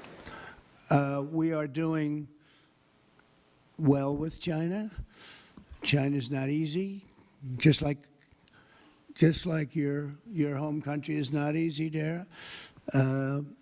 I think we're doing very well. They're over there now. I'm only getting good reports. It's a little early, but they'll be calling in soon. In fact, probably when I get back, I'll have my first call from them. We want to open up China. And if we don't open up China, maybe we won't do anything. But we want to open up China. It'll be a great thing for China, a great thing for the rest of the world. Are you willing to lift export controls when it comes to China? Did you give your negotiators any sort of limitations? We're going to see. Look, China has been ripping off the United States for many years. Nobody charged them 10 cents. No president had the courage to charge China for whatever reason. They didn't want to do it. I took in hundreds of billions of dollars. I put on tariffs on China when I got in first term, and we took in hundreds of billions of dollars. And then I did it again, but I did it for a lot of others. If you look at the stats, the deficit last month was cut in half. Everybody was shocked. I wasn't shocked. I think a lot of the people at this table weren't, because they saw the billions of dollars that were pouring in, and the tariffs hadn't even started yet, just about. They were in cars. They were in some countries at a very minor level. And we cut the deficit in half, and it was a big story a couple of days ago. They said, I don't believe, one of the announcers on a business network went wild, said, I can't believe these numbers. Those numbers are good. The numbers are going to be very good. I think we're going to have a great 4 years. You know, we had the greatest economy in history during my 4 years. I think this one's going to blow it away. Yeah. Mr. President, do you have a message for Greta Thunberg, and did she come up on your call with the Prime Minister today? Well, she's a strange person. She's a young, angry person. I don't know if it's real anger. It's hard to believe, actually, but I saw what happened. She's certainly different. Anger management. I think she has to go to an anger management class. Do you That's think she my was, primary recommendation for was her. she kidnapped by Israel, as she says? Was she kidnapped? I think Israel has enough problems without kidnapping Greta Thunberg. And secondly, are you going to get... Is that what she said? She was kidnapped by Israel? She did say that, yes, sir. Are you going to get rid of the Tesla and the Starlink service that you have here at the White House? No, I haven't heard that. I mean, I may move the Tesla around a little bit, but I don't think we'll be doing that with Starlink. It's a good service. Where are you going to move it to? Move it around, what do you mean? I have a lot of locations. Actually, about the Tesla. I had so many locations that I don't know what to do with them all. About the Tesla, did you ever see Elon Musk get physical with the Treasury Secretary? No, I didn't. And I tried to ask... They did have an argument, but I didn't see a lot of physicality there. And there was this New York Times report that he did not want to talk about, Elon Musk, that alleged that he, towards the end of his time in the White House, was blurring the lines between recreational use of drugs and medicinal. Do you think he ever had drugs here at the White House? I really don't know. I don't think so. I hope not. Look, I wish him well. You understand. We had a good relationship, and I just wish him well. Very well, actually. Yeah. About aid in Gaza, you mentioned now the flotilla. Do you have a response at all about Israel intercepting this boat? And can you give us an update on what's happening to the entry of aid into Gaza right now? We've had people being shot by Israeli forces who are trying to get aid from the Gaza Humanitarian Foundation. Yes. Gaza right now is in the midst of a massive negotiation between us and Hamas and Israel, and Iran actually is involved. And we'll see what's going to happen with Gaza. We want to get the hostages back. That's all I can tell you. Yeah, please, in the back. I can go back to California briefly. You had said yesterday when asked by reporters that it was not an insurrection taking place, but then on True Social a bit later, you had said they were insurrectionists. After what you've seen You're talking about in L.A.? Yes, sir, in L.A. I wouldn't call it quite an insurrection, but it could have led to an insurrection. I mean, that was a lot of harm that was going on last night. I watched it very closely. And it was amazing that the job that the National Guard did. And by the way, the police were working very hard also. But, you know, the police are given instructions to be politically correct. I said, no, you don't have to be politically correct. You have to do the job. And on Elon Musk, do you plan to speak to him on the phone anytime soon? I know some. Which one? On Elon Musk, do you plan to speak to him on the phone anytime soon? I haven't really thought about it, actually. I would imagine he wants to speak to me. I would think that. If I were him, I'd want to speak to me. And maybe he was already called. You'd have to ask him whether or not he's already called.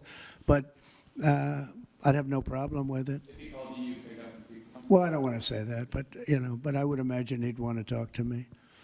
Mr. President, you were supposed to get a Yeah, please. counter-proposal. You were supposed to get a counter-proposal from Iran today.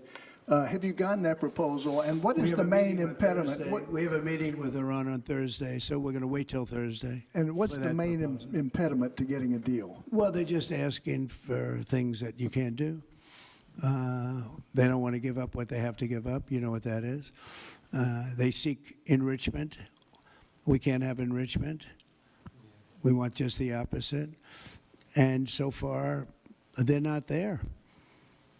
I hate to say that because the alternative is a very, very dire one, but they're not there. They have given us their thoughts on the deal, and I said, it's just not acceptable.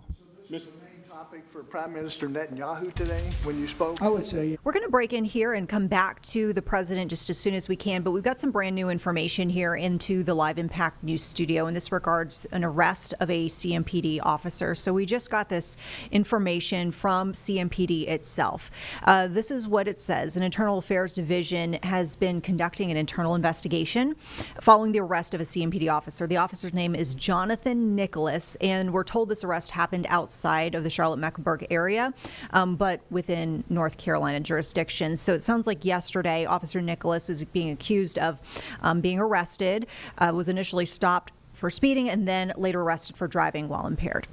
That arrest, we're told, happened by means of North Carolina State Highway Patrol, and this was in the Burke County area. It sounds like Highway Patrol is going to be in charge of dispersing more information, so we are going to dig into this further, see if we have more information to bring you, and if we get a picture or mugshot of Officer Nicholas, if one exists, we can certainly try to share that with you here on Live Impact News. Meantime, CMPD says Officer Nicholas is on unpaid administrative leave as the internal investigation continues. Sounds like he has been with the department for more than 10 years. Actually came on board August of 2012 and was most recently assigned to the University City area. Chief Jennings issuing a statement essentially saying that he is, quote, disheartened, and he goes on to say, quote, we are held to a higher standard as law enforcement officers, whether we are on or off duty. Any behavior that falls short of that commitment compromises public trust and should not be tolerated. As we mentioned, our team is working on gathering more information on this. We'll certainly have more for you coming up on the news at 4, which is not too long from now, and we always urge you to keep it here on WCNC Plus, even when we're not in Live Impact News, as of course we have the evening news, and we'll be bringing you any new updates as they come in throughout that period of time as well. With that, we'll turn it back to some of our live feeds that we've been following, including you can see the student walkout, which is underway in Los Angeles. This is a protest of President Trump mobilizing the California National Guard to respond to immigration protests from over the weekend. We've got the radar for you here, looking live at some storms making their way towards our area and also in our area, but we are expecting to be a little bit more weather alert in the coming hours as we get towards the 6 o'clock hour. And then, of course, President Trump continuing to speak at this roundtable event where he has been addressing some of the back and forth between himself and California Governor Gavin Newsom. So we'll listen in once again and bring you any more information as we get it here into the Live Impact News studio. Changing back, you probably noticed Fort Bragg and others. But I think it's a time to celebrate our military. You know, we've rebuilt our military largely. Little low on ammunition. That's because it goes out very fast to other countries, one in particular. But we'll get that back very quickly. But we have a military the likes of which nobody has. Nobody comes close. We have the best equipment in the world. We make the best equipment in the world. There's no military like our military. We showed that with ISIS. I was told by the television generals it would take 4 years to win. and we did it in 3 weeks, and it was headed by General Raisin Kane, who's now the chairman of the Joint Chiefs of Staff. He's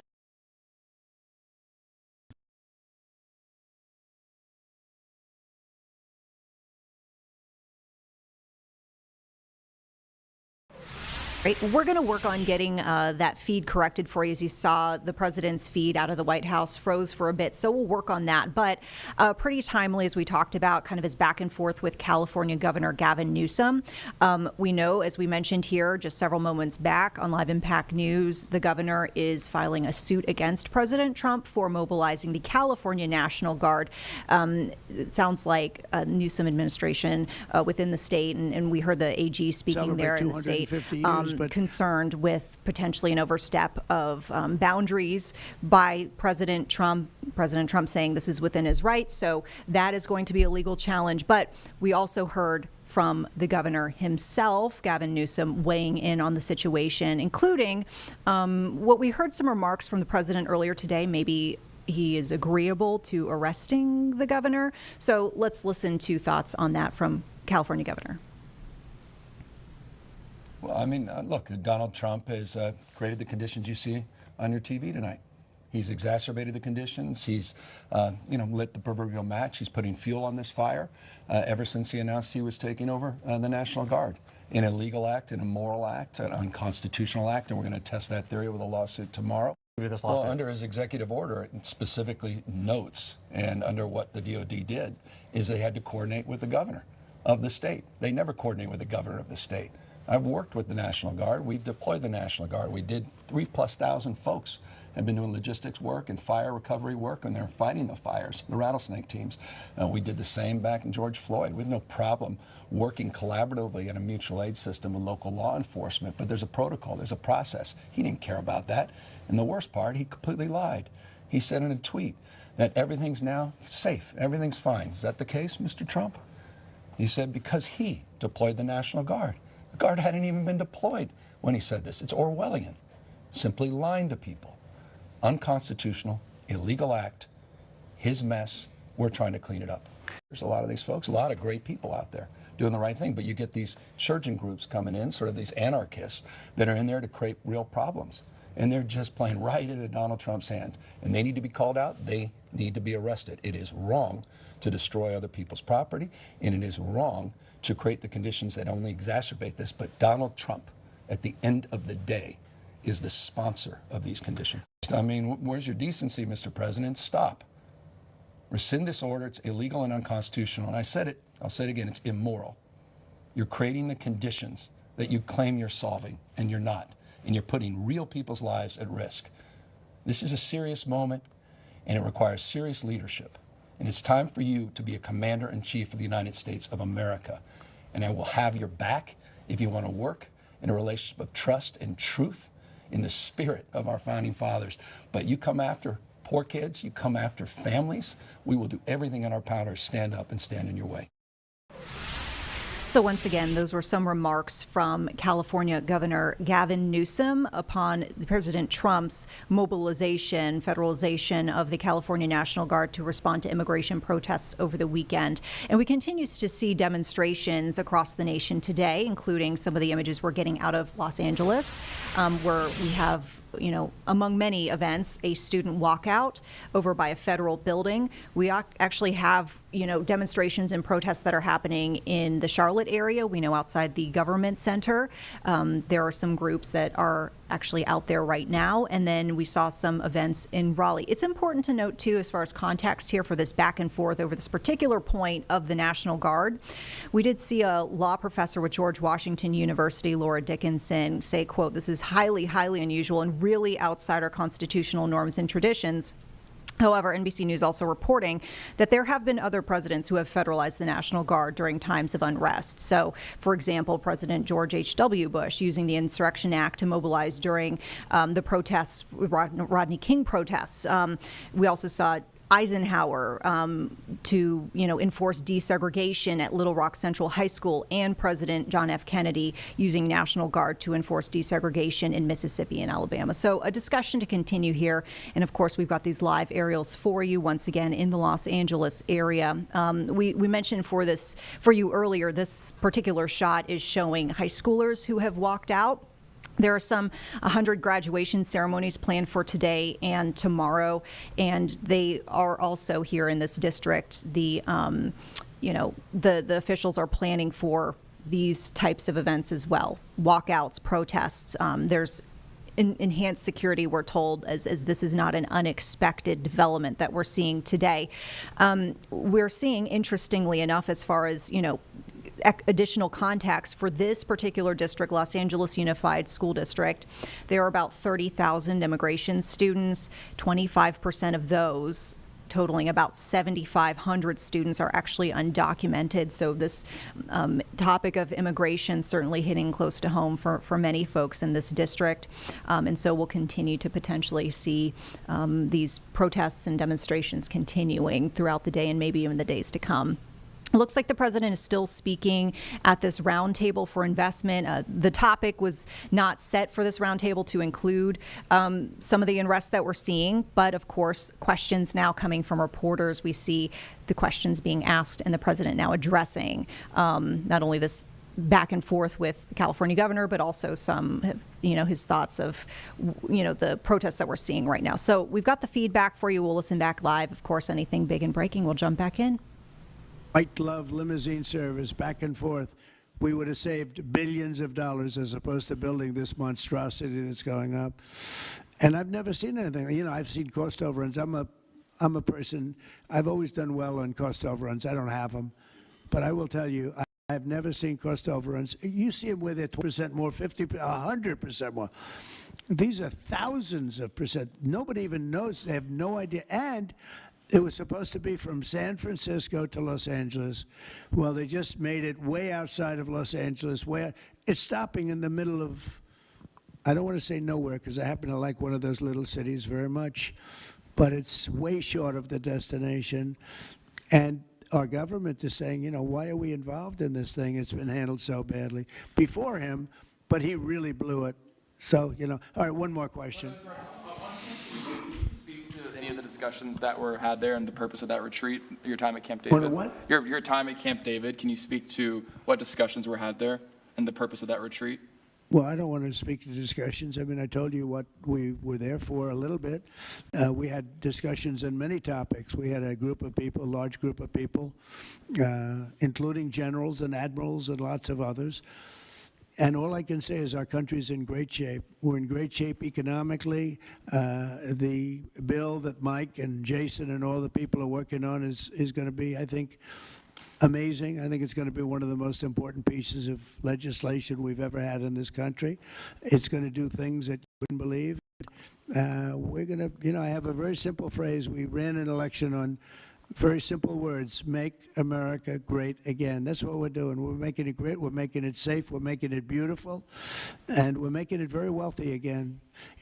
Wealth is okay. You need wealth to take care of lots of other people. We have to make our country better. It has to heal from 4 years of abuse. Our country was abused badly by a very incompetent person and a group of people that weren't incompetent, but they were radical left lunatics. And they ran the country with an auto pen. And I hope that law enforcement's looking at that very seriously. That's like a takeover of our country in a certain way, because this guy had no idea what he was doing. You saw that during the debate. You saw that in other cases. I mean, he had no idea. I saw it years ago. By the way, 40 years ago, he had no. He was bad 40 years ago. We're not just talking about. And they always like to say age, but it's not age. I know people 88, 89, 92. We're going to pivot quickly now because we are seeing some new dialogue adding to this ongoing conversation on the topic of immigration and also some of the actions that we just discussed by President Trump in mobilizing the California National Guard. So right now we have for you Assembly Member Tina McKinnon, who is from the Inglewood area and who is the chair of the LA County Legislation Delegation, talking about what they're saying is lawless and unconstitutional unconstitutional actions by the federal administration and what has happened in recent days. So let's listen in as they're speaking. Right now, you're watching on Live Impact News on WCNC+. Federal administration targeting some of the most vulnerable members of our community. This is Trump's playbook. Again and again, he ordered violence against peaceful protesters in D.C., as was mentioned just before, just for a photo op, and he instigated the January 6th insurrection. These continued actions do not make us safer. They instill fear, tear families apart, and force people further into the shadows. I know what it's like to live in fear. No one should have to wonder whether stepping outside means not coming home to their loved ones or their family members. This administration wants to provoke unrest and harm to our LA communities. Our focus is keeping people safe, not tearing families apart. I stand with our immigrant communities and will continue to speak out against these cruel and unnecessary attacks. We deserve to live without fear. Y ahora voy a hacer unas palabras en español. El presidente creó una crisis en Los Ángeles. No hubo caos en Los Ángeles. Trump instigó esta situación y esta es la estrategia de Trump una y otra vez. Ordenó la violencia contra las protestas pacíficas en Washington, D.C. para una sesión fotográfica e instigó la insurrección del 6 de enero. Ahora ha lanzado un ataque contra las comunidades inmigrantes, haciendo que ICE ataque indiscriminadamente a trabajadores y familias. Yo personalmente viví eso cuando vine aquí a California en 1988 a la edad de 15 años. Fui detenido por un fin de semana en San Isidro y sé lo que es vivir bajo ese terror. Todos aún tenemos familiares, tenemos vecinos, tenemos amigos que viven esa situación y estamos aquí para ayudarles. I also want to thank all my colleagues here behind me and the speaker and the pro tem and everybody that's standing behind us. We're going to be with you. We'll continue to fight for your rights, and we call for a stop for what President Trump is doing in our communities. Muchas gracias. Y ahora me voy a presentar a la asambleísta Pilar Chalvo, and I'm going to introduce Assembly Member Pilar Chalvo. Say a few words. Good afternoon. My name is Pilar Chalvo. I represent North LA County in Assembly District 40. I want to first thank the chair, thank Speaker Rivas and all of my colleagues here today, and recognize my counterpart on the Senate side, Senator Archuleta. As the chair of the Military and Veteran Affairs Committee, I am compelled to speak out today. The decision by the current president and his administration to federalize the California National Guard, bypassing the governor, while simultaneously threatening to deploy active duty military in Los Angeles, marks one of the most serious and threatening uses of domestic military authority in modern American history. This statute, used by our current president to validate his actions, has not been used without the consent of the governor or local officials since 1965. And only in moments of profound national crisis during this desegregation of our schools. To apply it now in response to overwhelmingly peaceful protests, which are protected by the First Amendment, raises urgent legal questions and grave concerns. The seizing of our 2,000 CalGuard troops by the federal administration to use against civilians on American soil must meet the highest constitutional standards.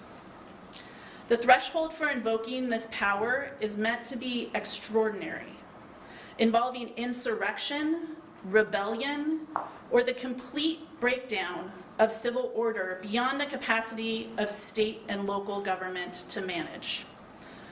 None of these tests have been met here, despite his attempts to intentionally escalate the situation, and this is why legal action has been taken today by the state of California around this illegal act of our federal government.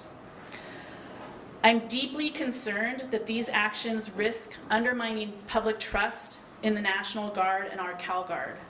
They strain the foundational principles of civilian oversight and escalate tensions rather than resolving them.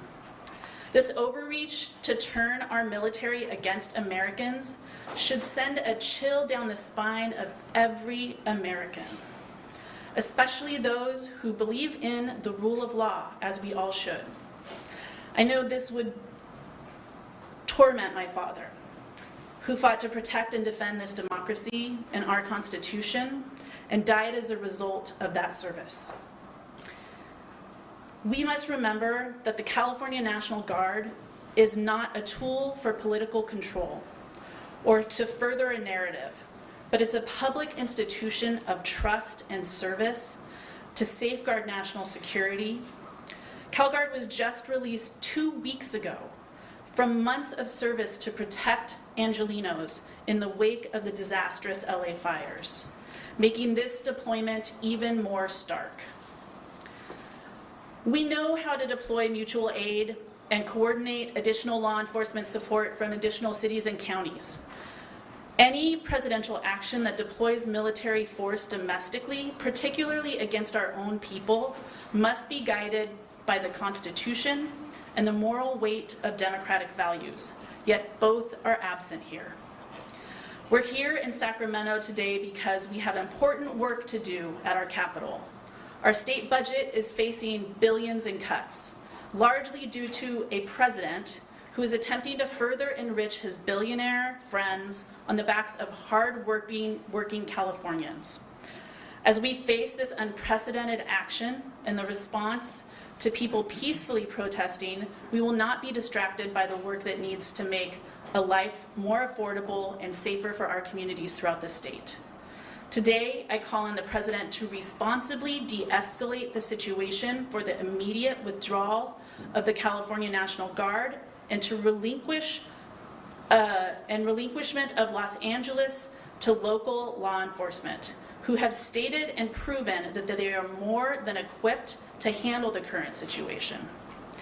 Federalization of the California National Guard and potential deployment of the military on our own citizens must meet the highest threshold. And it is clear that those standards have not been met. We must never treat military authority as a substitute for mutual aid or a tool against our First Amendment rights. Thank you. Thank you, guys. We just have a few more speakers. Just bear with us. We have a lot of people from LA County and around the state that have something to say. And so our next speaker would be Assemblymember Rick Saber.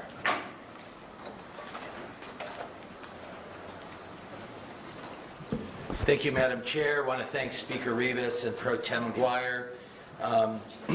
This weekend, we witnessed deeply disturbing scenes across Los Angeles. Following a series of ICE raids, including broad sweeps in the fashion district of downtown Los Angeles, in Paramount, and even the arrest of a 9-year-old at an elementary school in Torrance, peaceful protesters exercising their constitutional rights were detained by ICE and other federal agents. Some of these peaceful protesters were treated violently. Among them was our friend and respected labor leader, SEIU California President David Huerta, who was knocked to the ground and later hospitalized due to his injuries. David was peacefully standing up for immigrant communities, something he has done his entire life. And now we're seeing a further deliberate escalation of the situation. The President of the United States has deployed National Guard troops to our state without the consent or request of California's governor. Let me say that again, without the consent or request of California's governor. This hasn't happened in decades. It's a blatant disregard for state sovereignty and a dangerous escalation of federal force. Even as we speak, 500 Marines are now standing by, ready to be deployed. Let me be clear, this is not normal. This is not right. This is not who we are as a country, and it certainly is not who we are as Californians. Local law enforcement was and is present and is better equipped to manage the situation on the ground without further inflaming it.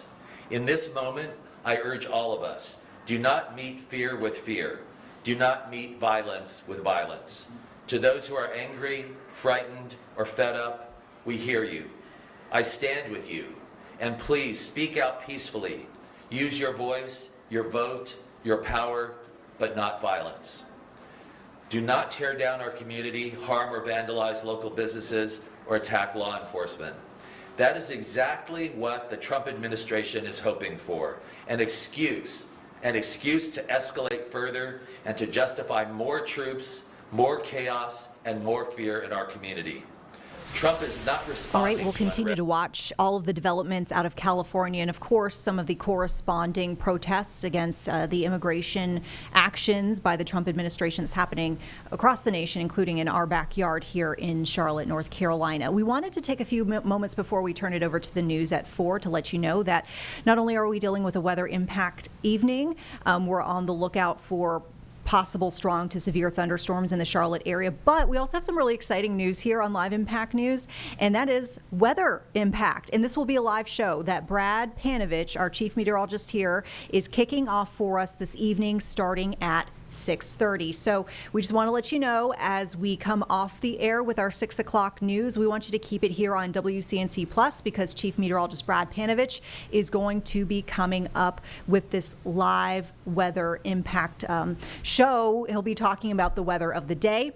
And of course, on a day like today, the potential for weather impacts. Our producer, James Brierton here, I know you